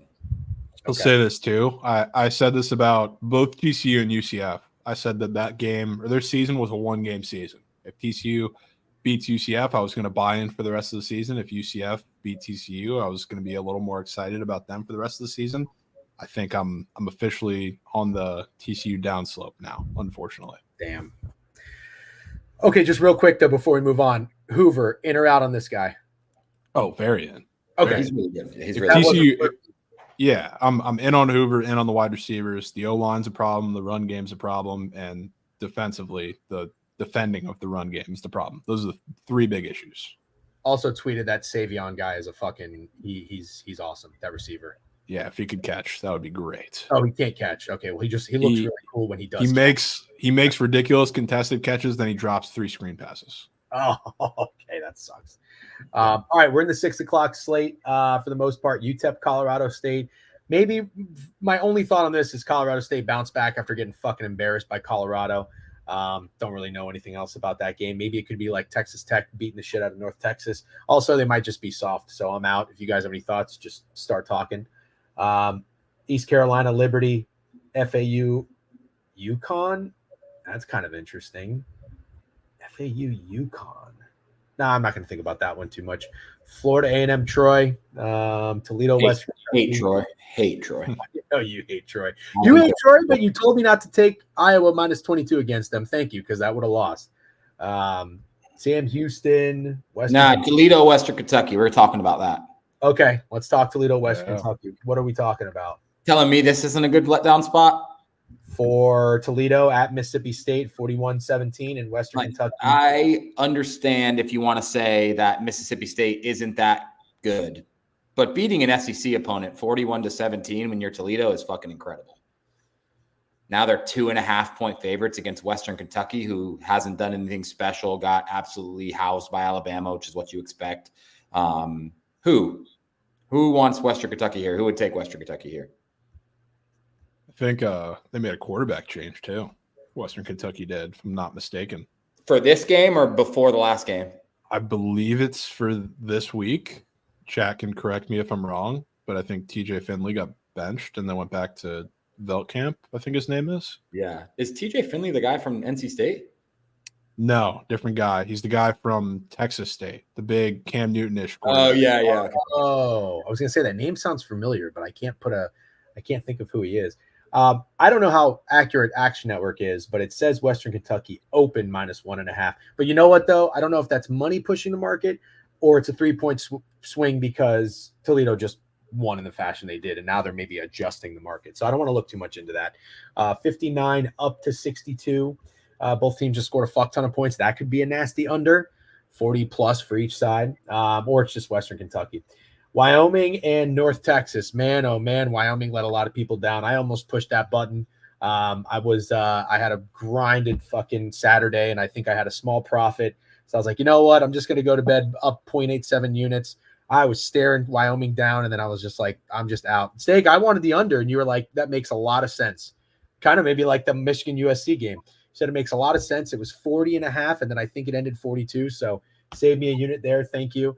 Now Wyoming and North Texas. Is Wyoming just bad? Like there's no reason to get involved? I think you'd be insane. I think you'd be absolutely insane to get involved anymore. I literally pressed Wyoming last week. I watched way too much BYU highlights, convinced myself they were horrible. I still don't think they're good, but that doesn't matter. I pressed Wyoming, and I'm like, yep, I'm the only guy pressing Wyoming. I am the only guy on earth pressing Wyoming. And this is why I have a love-hate relationship with our Discord, because like 20 minutes before kickoff, they're like, everyone's on Wyoming. Why is everyone on Wyoming? And I look, I'm like, fucking everyone's on Wyoming. And I couldn't believe that everyone would be on Wyoming after BYU just won against SMU as 11-point underdogs. But anyways, yeah, I'm not betting Wyoming again. There's just no shot. Okay. We can move on from that game. Jovan, do you have any thoughts on Northwestern Washington or your Cowboys and Florida State, which I know, Steak, I saw your tweet yesterday, which everybody had a fucking field day talking about. So we'll talk about that in a second. But Washington, Northwestern, any thoughts on that? No, I got nothing there. Steak, you got nothing too? Nope.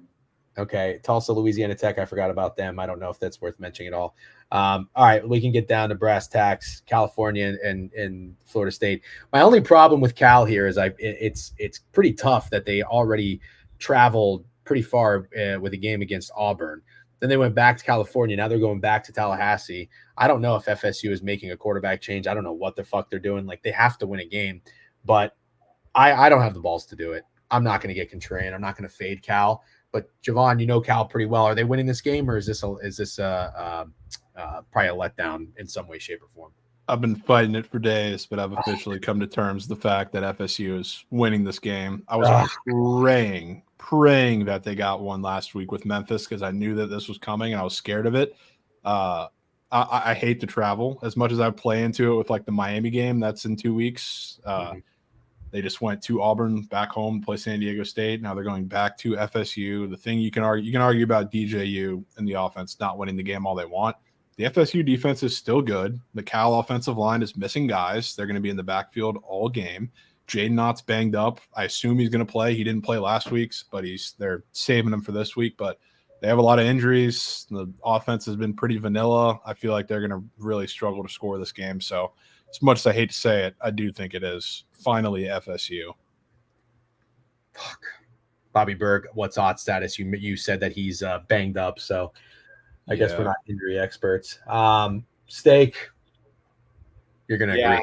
As the senior citizens on this stream, I feel like we have to be the voice of reason. And I did this last week. I said, do not bet FSU against Memphis. They're not a fucking safe lay piece. They're obviously not a safe lay piece. They just lost games as 10.5 and 17.5 point favorites. We told them, don't bet FSU.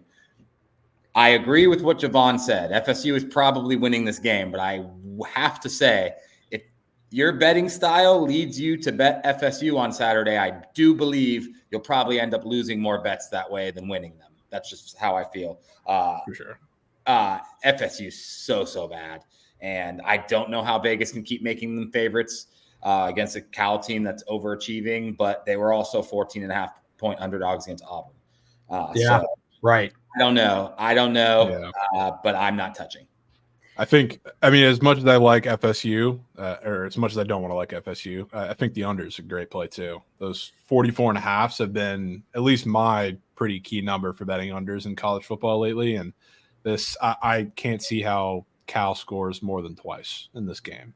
I assume you're set. Also, you lean at FSU, and it's not because you think DJ Ukulele is going to wake up and be good. So yeah, exactly. I think it's going to be like a 16-13 FSU win or something like that. Again, as much as I hate to say it, because this is the game, the only thing that stands in between. I was talking about building the Cal Miami game up to game of the year, pretty much, and they win this game, Cal does, that game's probably going to be game day in 2 weeks because Cal has a bye, and then Miami is probably not losing up until that point. Then it's going to be undefeated Cal, undefeated Miami. Feels too good to be true, if I'm being honest with you. I like what you said about John is the only person that would describe undefeated Cal and Miami as too good to be true. Yeah. Well, game day is probably going to be there. Like, I was looking at the schedule, and if that's the case, like Cal might be ranked by that point, and Miami is going to be Miami. I mean, that's going to be one of the better matchups of the week if it ends up being the case. Who's Cal's coach? Justin Wilcox still. Okay, where did he come from? I mean, he's gone a couple different places. Was he from was he in the Pac-12 before going to Cal? Was he? I'll look into him. I like the under. I think it's just a terrible spot for Cal. From going from this travel, it's kind of unprecedented. You don't see a lot of college teams do this, so I'm a little concerned about it. I like the under if I'm doing anything, and I respect what Steak said in his angle. All right, this has definitely got to be like the best that this screen is going to look as we have done this college football stream with these 4 games up here that I feel like are worth talking about. So let's start with Miami and USF. I have been talking about it the entire season after I had learned about it last season, as we all kind of did. USF has a coach that can coach, and he's probably going to be a hot commodity in this offseason. And again, shout out to my buddy Drew. I don't know if he's watching the stream, but he's so tapped into South Florida sports. And this Alex Gorish, I think is his name, or Golish. USF, Golish. We tried fading them twice now. Alabama with a big number, 30.5 at home. They didn't. USF was in that game for 3 quarters, 3.5 quarters. And then USF on the road, Southern Miss. We try to take USM with the points at home. They went up 14-0 like this. And then all it took was USF to convert a 4th and 2 and score. And they never looked back. And I loved that. about a team. I love that. To me, that is not just skill and talent on the roster, but that's coaching. This is just a team that I don't want to fuck with anymore. They're at home and they're getting 16.5. I think it actually opened larger. If I can try to find this spread real quick, but they're playing Miami. Okay, it opened 18. Money has come in on FSU. That's a lot of respect. And it's a road game, but I mean, let's be honest. From Miami to fucking Raymond James is not like a crazy travel. You're probably going to get a good amount of Miami fans. I know my buddy Drew from Orlando is driving down to that game. Steak, are you going to this game? No. Okay. Well, it's going to be a fucking fun game. He is a Miami fan, I should mention. This is going to be a fun game. It's going to be an awesome atmosphere. Miami fans against USF and Raymond James. Total 65.5. All that said about South Florida, Miami might be the team. There's always that team that proves you wrong and makes you look stupid. Cristobal and Cam Ward might be those guys. All right. I will say real quick about Raymond James. I just went to the Hard Rock Stadium. I've obviously been there before, but Raymond James is better than the Hard Rock Stadium. I actually believe that. Yes. I actually believe that. Yeah. I didn't know if that was a hot take or not a hot take, but it is. It actually really is. Well, I don't think Raymond James is a great stadium. I've been there a bajillion times. I love the Ship. Like the Ship just adds an element for like that stadium can be dated. Well, it is now. It's older now, but there was a time when it was a new stadium. It could be dated. It could be wearing down. They might be. I don't know if you remember the story about how they weren't really pouring enough alcohol in drinks, like the pre-made cocktails. Like there's been some bad news coming out of Tampa Bay Stadium. They do plenty now. They got tequila specific bars in the Raymond James, dude. Okay, literally sell tequila shots. I haven't been there in a few years. Maybe they've spruced it up, but yeah, I thought for sure that Hard Rock being a newer stadium would be better. Anyway, sorry, I know we're up against it. It's 12:04. Jovan, we'll start with you. Miami, South Florida. Any thoughts on this game? Not too many, to be honest with you. This honestly, Miami might have more fans here than they do at their actual home games. So I mean, it'll be a pretty fun atmosphere. That's a great point. Yeah, I mean, the one thing that I would be worried about here if you're betting Miami, I feel like USF's going to come out and try and do exactly what UAB did to Arkansas. And that game went over, and I think Arkansas covered, so maybe a bad example. But I feel like they're going to come out. They've done this against some bigger teams, run the ball a lot with Byron Brown, chew the clock early, and play the TOP game. So I think that's what they're going to do early if they're given the advantage, and I'm not all that scared that Miami's defense is going to stop them because they've struggled in that aspect a little bit. Steak? I don't have a read on this game. I know it's weird. I could see USF being very trendy, not interested in trying to fade them for the third week in a row. I thought it was interesting that Cam Ward had games against Florida A&M and Ball State and still gained steam in the Heisman rankings. I guess maybe that says more about what the other people did, but I kind of thought Jackson Dart maybe would catch up a little more. But him being plus 450, I thought was interesting. This feels like a showcase game, not because USF is that good, but because enough people will be watching and he should be able to score at will against USF. Like you said, USM jumped out to a 14-0 lead against USF. So yeah, I don't like an angle in this game really at all. Couple good notes in the chat. Thank you guys. Potential look ahead or backdoor Virginia Tech on a short week. I think Miami's going to get up for this game. They've already been tested too on the road in Gainesville. Well, I tested the team's not good, but like with the atmosphere, I mean, yeah, but Jovan, you made a great point about that. There's going to be a lot of Miami fans there. All right. I don't really like anything either, so we can move on. There'll be a lot of USF fans there too. Oh, absolutely. Will, yeah, it's going to be a great atmosphere. And Steak has no interest in going. He'd rather go to a fucking dog shit. I'm going to Ibiza. Oh, yeah, that's right. I forgot. Good enough? Yeah. Sorry. Humble brag, huh? Iowa, Minnesota. I'm out on this Iowa team, but I don't like Minnesota. I'm not a PJ Fleck guy. I don't like rowing the boat. Real quick, any thoughts on this game? Total 36 is mighty low. Nothing for me. Okay. Should be lower. Probably. Yeah, maybe, I guess. Iowa did just score 38 against Troy, though. Okay, I guess we can skip over the South Carolina game unless anybody has any thoughts. Tennessee, Oklahoma. Is that the game of the weekend? Can we all agree on that? I feel like it's got to be, right? Yeah. Cal and FSU is up there, too, obviously. Tennessee, 7-point favorites on the road. You know what? I don't know what this opener was. I haven't even taken a glance at it. Let me see if I can find it. Yeah, that definitely hasn't been bet up, in my opinion. Oh, I'm sorry. Oklahoma was a 3.5-point favorite look ahead. It's obviously been adjusted because Jovan, before you came on, we were talking Heisman odds. Nico is up there, as he should be. I mean, he's looked incredible. Tennessee just had a mercy rule, I think, on the opponent they just played. Last time they played NC State on a big stage in a neutral field. Wasn't really a road game, but they scored 51 points, kind of got out to a slow start. So now they play Oklahoma. We were on Oklahoma last week against Tulane, got very lucky, very fortunate. 7 points and a total of 57.5. My takeaway from that game is this. I thought Tulane is a team that can score points. They have a competent football team, in my opinion. We saw that with Kansas State. They really should have won that game. They fucking blew it. I don't know enough about Tennessee, but I did go back and look at Oklahoma and watch that game. Oklahoma's defense played pretty well for the majority of that game. They let a touchdown up at the end of the first half where they kind of just got a little complacent, I think, and fell asleep and gave Tulane some points. But I like what I saw from the defensive side of the ball. I'm not totally in love with their offense. Jackson Arnold, to me, he's not like an elite quarterback, but he does have the ability to run. That fucker can fly. He's much faster than I thought he was. And he really, in my opinion, got away with a lot against Tulane, running the ball more so than he did passing the ball. Is he going to be able to do that with the athletes that Tennessee has on defense? I'm not entirely sure. 7 points, I don't know if I want to attack the spread, but I think I want to attack the under. I don't know that I see Oklahoma scoring a lot of points. I don't like that offense very much. And then I got to tell you, I'm not doubting Tennessee's offense, but if there's one thing you do have to give Oklahoma credit for, isn't it Brent Venables, defensive style head coach, and maybe finally getting his guys in there after, I think it's been 2 years, or maybe it's year 2. So I like the under in this game. It's going to be the game of the weekend, as we just talked about.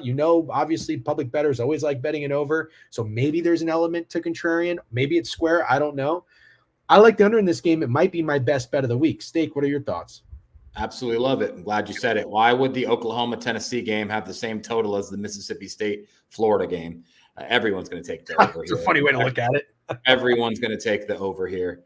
Everyone is going to take the over here. I absolutely do love the under. I think you're going to get a better game plan from these defenses than you expect. Even Nico, I don't think is just going to go out there and throw for 400 yards and 5 touchdowns. Not saying I'll have a bad game. Not saying I like the Sooners, but I do like defense.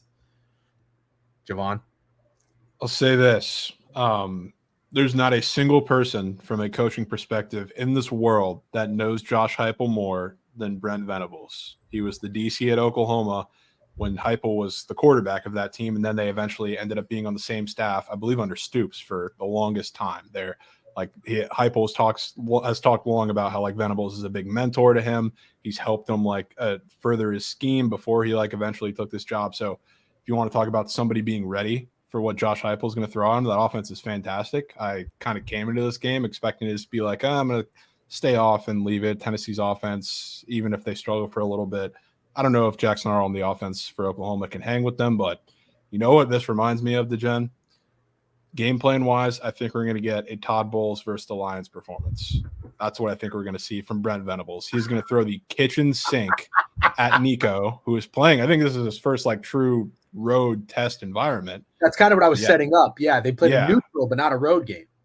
Yeah. So this is the first road game, and I'm not going to act like Oklahoma's the toughest place to play, but it's certainly far from the easiest too. So I think you're going to see exotic blitzes from Brent Venables, disguise coverages, which is his favorite thing to do. And I think Nico, for the first time all season, is going to look very, very human. So I like your guys' undertake, and I think it is right in line with Oklahoma coming pretty damn close to winning this game.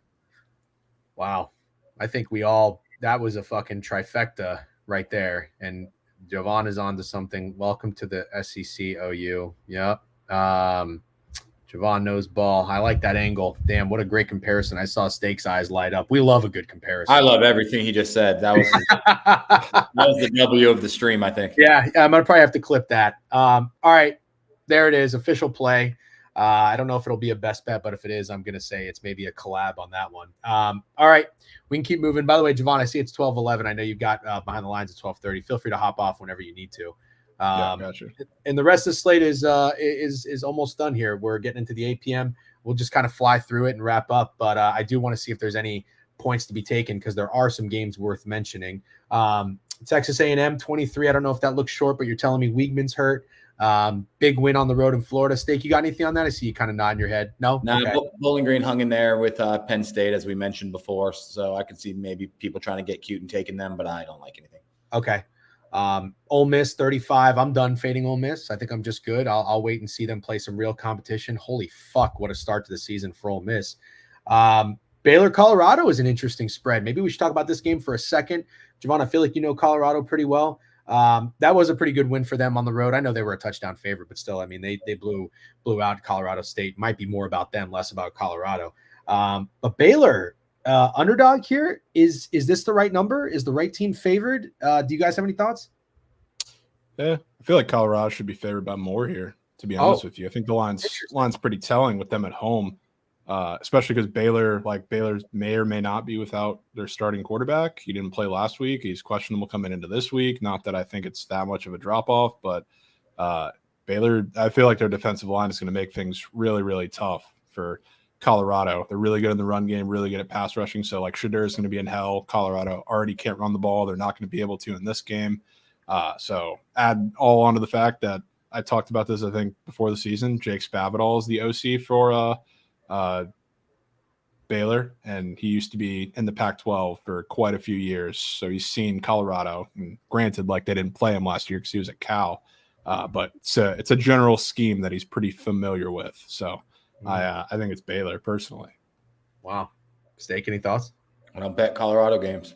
I think that's a pretty good rule. Boston College 7 at Michigan State. Boston College 3-0 ATS. Michigan State, last time they were on the road, they did beat Maryland outright. I'm a little upset with myself because I kept talking about how they shot themselves in the foot so many times in that FAU home opener. It's a shame we didn't take advantage with the points. Oh, I did.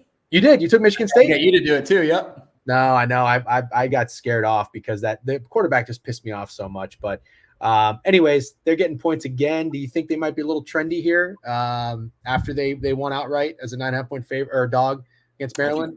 This is a lot of respect for Boston College. I don't know if either of you disagree, but I feel like a touchdown favorite.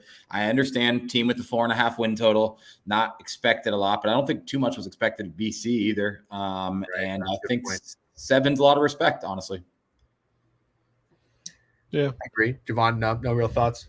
Yeah, I'm kind of in the middle, but I will say my gut tells me for this game, this is the red bandana game for BC. Are you guys familiar with that? Yeah. So weird shit always happens in those games, and I would say this, with the way both these teams have played, I guess this kind of looks like a semi-obvious under. I know, like, Michigan State scored points for the first time, which was a little surprising, but I think they do it again. I think this is a game we see a lot of points back and forth. Really, really weird game with some explosive plays. So I like the over.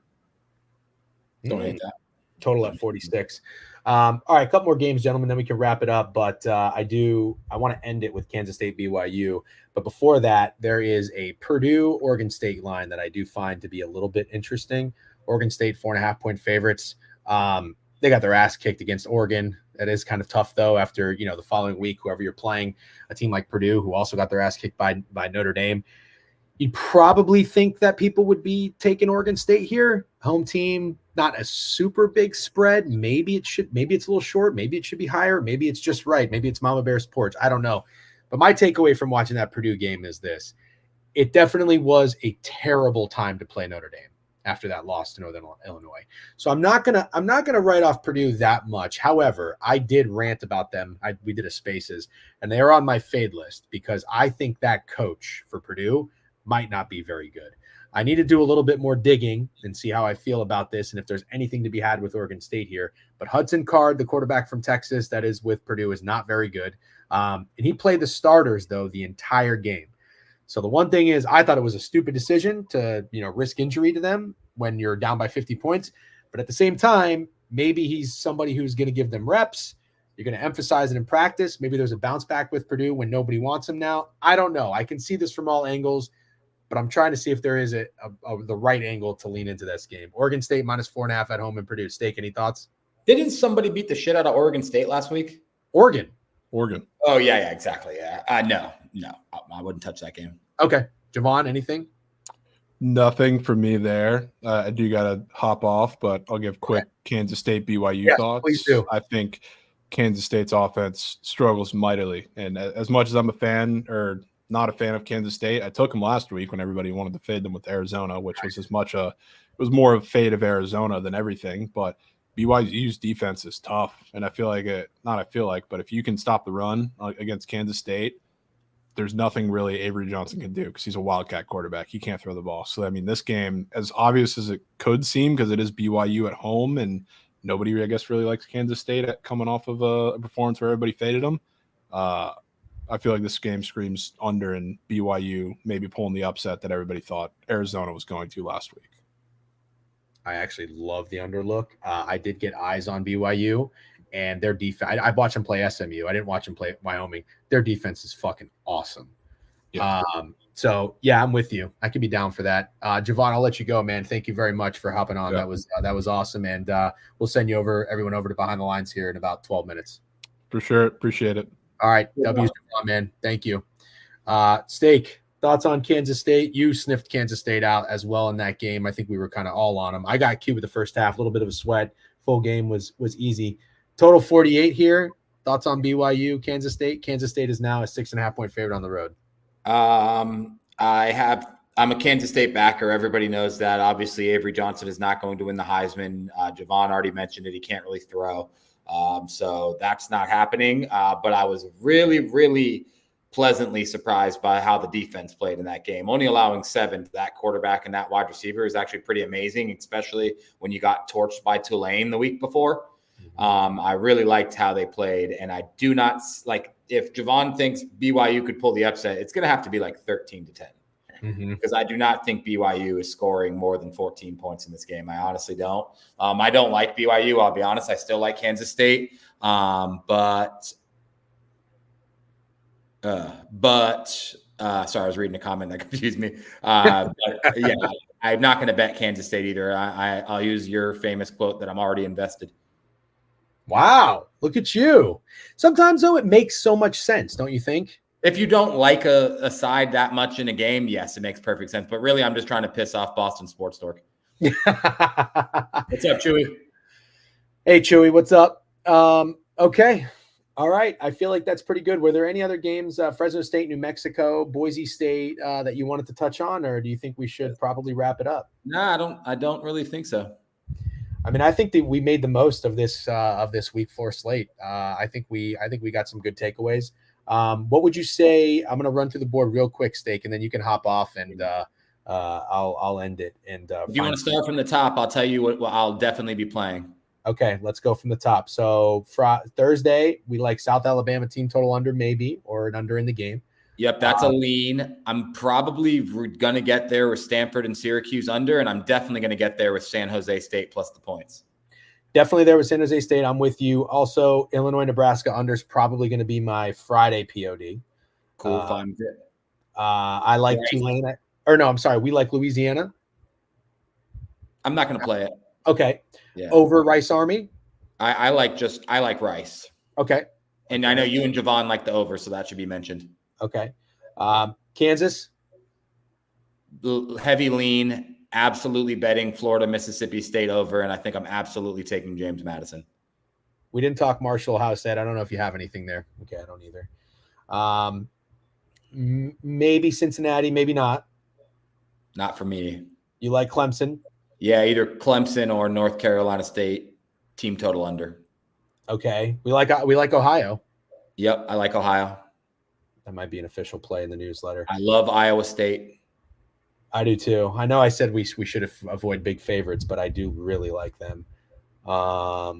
Fuck Southern Miss. USC, Michigan over. Yeah, that's going to be a gross one. Did we like Auburn or not enough? I lean Auburn. I'm not sure I'm going to get there. Okay. Louisville. Yeah. What did we say about Virginia Tech? Under, right? Yeah, but I'm not going to touch that one either. Oh, wow. Maybe like Navy. Yep. Like Navy. I'm like Texas Tech. Yep. Like Texas Tech. I like Notre Dame first half for Miami team total under. Yep. We didn't talk LSU. You think that's a lot of points or no? I think that's a lot of points for LSU to be favored over anyone. Yeah. Yep. Yeah, they're probably going to fucking roll. Not touching Oklahoma State. Not touching it. Yeah, that's fair. Maybe SMU. I don't know that I want to make it a newsletter bet, but I think No, but I'm probably taking it. Okay, I might too. Western Kentucky. I'm taking it. I'll be on that as well. Nothing in Cal. Maybe the under. Maybe, but I probably won't do that. I'm not touching Miami. Not touching Miami. Under Tennessee, Oklahoma. That's official. You know, I got a weird thought in this at USF game. If you like USF, you should sprinkle the money line. That's funny. Yeah, I wouldn't hate anyone for doing that because I really don't like anything in that game. No, Tennessee, Oklahoma under is probably going to be a best bet. Ole Miss, A&M, Baylor, Colorado. You like Boston College, or you lean them at least? Yeah, I don't see any way I get there though. Okay. I don't know what to do with Purdue, Oregon State. I kind of want to do something because I know Purdue, but I'll probably just stay off. I like this under. I like what Jovan was saying. I like BYU's defense, but you kind of still lean Kansas State. I do. Okay. Yeah. All right, dude. Well, I'll see you tomorrow night. We're going to go watch the Jets game out at the bar. Have a great day. Thanks, Steak. Appreciate it. W Steak, man. See you guys. Great job. Great job. You guys were awesome. It's very thick in here. Best bet. Yeah. I think I got my best bet. I think I like the under. I know it was kind of supported by Jovan and Steak as well, so it's a bit more of a collab. LSU alt spread. Yeah, probably. Have anything in Tulane? Yeah, we want to fade Tulane in that one. Take a stab at USF W's. DJ, not to be off topic, but hockey starts 2 weeks. Dude, I actually can't believe it. I kind of wish they would spread it out a little bit more, dude. I'm so balls deep into fucking football now. You know what I mean? I've shut down. We ramped it up. I mean, if you really think about what we did in this stream, we ramped up baseball. We found some fucking winners and success to end the year, which was awesome. And then we shut it down. We switched everything to NFL or football. NFL and college, focusing on the preseason bets and previews and whatnot. It's just going to be hard for me to try to take my foot off the gas and focus in the NHL, but I have to because I need some season futures. You know what I mean? Season futures. And remember, at NHL, I like to watch some of these teams early and remember who has hype, who doesn't have hype. Remember the Ottawa Senators? I told you they're a very trendy team. I watched them maybe 5, 6, 7 games in. I was like, they don't have it. They don't have it. I'm out. I didn't see the chemistry. They scared me a little bit. Shane Pinto Beans came on, but that was my big bet for them to miss the playoffs for 3 units. A couple of years ago, I had the Vegas Knights when DeBoer was their coach, +2 something. +4 something. I put 2 units on that to miss the playoffs. Pay like $800-900. That was awesome. I shared that ticket on Twitter too. So, anyways, that was great, guys. Somebody asked, "Is this a pod now?" Yeah, I'm going to download the audio file. I'm going to put it on the podcast, so it should publish. I'm going to probably change the name for the podcast. Look for my Twitter. I will send out the links if you guys want to follow it on Apple or Spotify. Okay. Put it in the Discord too, maybe. If there's a really good way to share those links, a better way to share that than just copy link, I don't know. Let me know. But people really like the podcast. So I appreciate all the feedback. Thank you to everybody who fucking, liked, shared, engaged on the tweet or on Twitter. YouTube. I saw we were packed on YouTube, man. Thank you for the YouTube gang for checking in. Subscribe if you're watching. Twitter, you guys were great. We got a bunch of new followers today. Thank you to Jovan. Somebody said Jovan or BTL is not on Twitch. Why is BTL banned on Twitch? Unless you can't really talk about it. Why are they banned on Twitch? Just so I know that maybe I can learn from it and not do what they did. WDGen Media to the moon. Thank you, JP, man. I appreciate it. We're trying to grow. We appreciate the support and the engagement. Raid Forensic. Okay, I can do that. Showing the game on Monday. Oh, shit. Okay, I'll raid Forensic. Yep. NFL game streaming. That idiot. Okay, well, I said I was going to raid Book It as a thank you to Jovan, but I can't do that. So they are on YouTube at least, and they do have a podcast. I'll promote that for him. WBTL pod as well. All right, guys, I'll send you over to Forensic. He's a good dude. He deserves some support for sure. I'll be on Owner's Box tomorrow, so I'll raid them tomorrow. Thank you guys. Really appreciate it. Copyright violation. Yeah. What's the pitch cake? I don't have any pitch cake now today. All right. Raid I think it's just iForensic.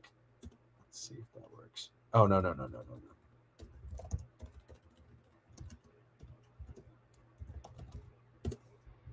Joy, Florida. Thanks, man. Just here real quick.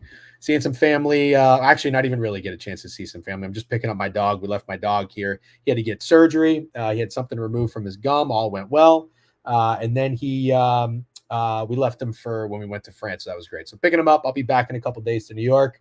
although I'm not really necessarily in a rush if it wasn't for work. But all right, guys, I'm bringing you over to Forensic. Check you later. Forgot to promote the newsletter. Newsletter Best Bets will be out on Friday. Obviously, you know where you can find that. Have a great day, guys. Peace.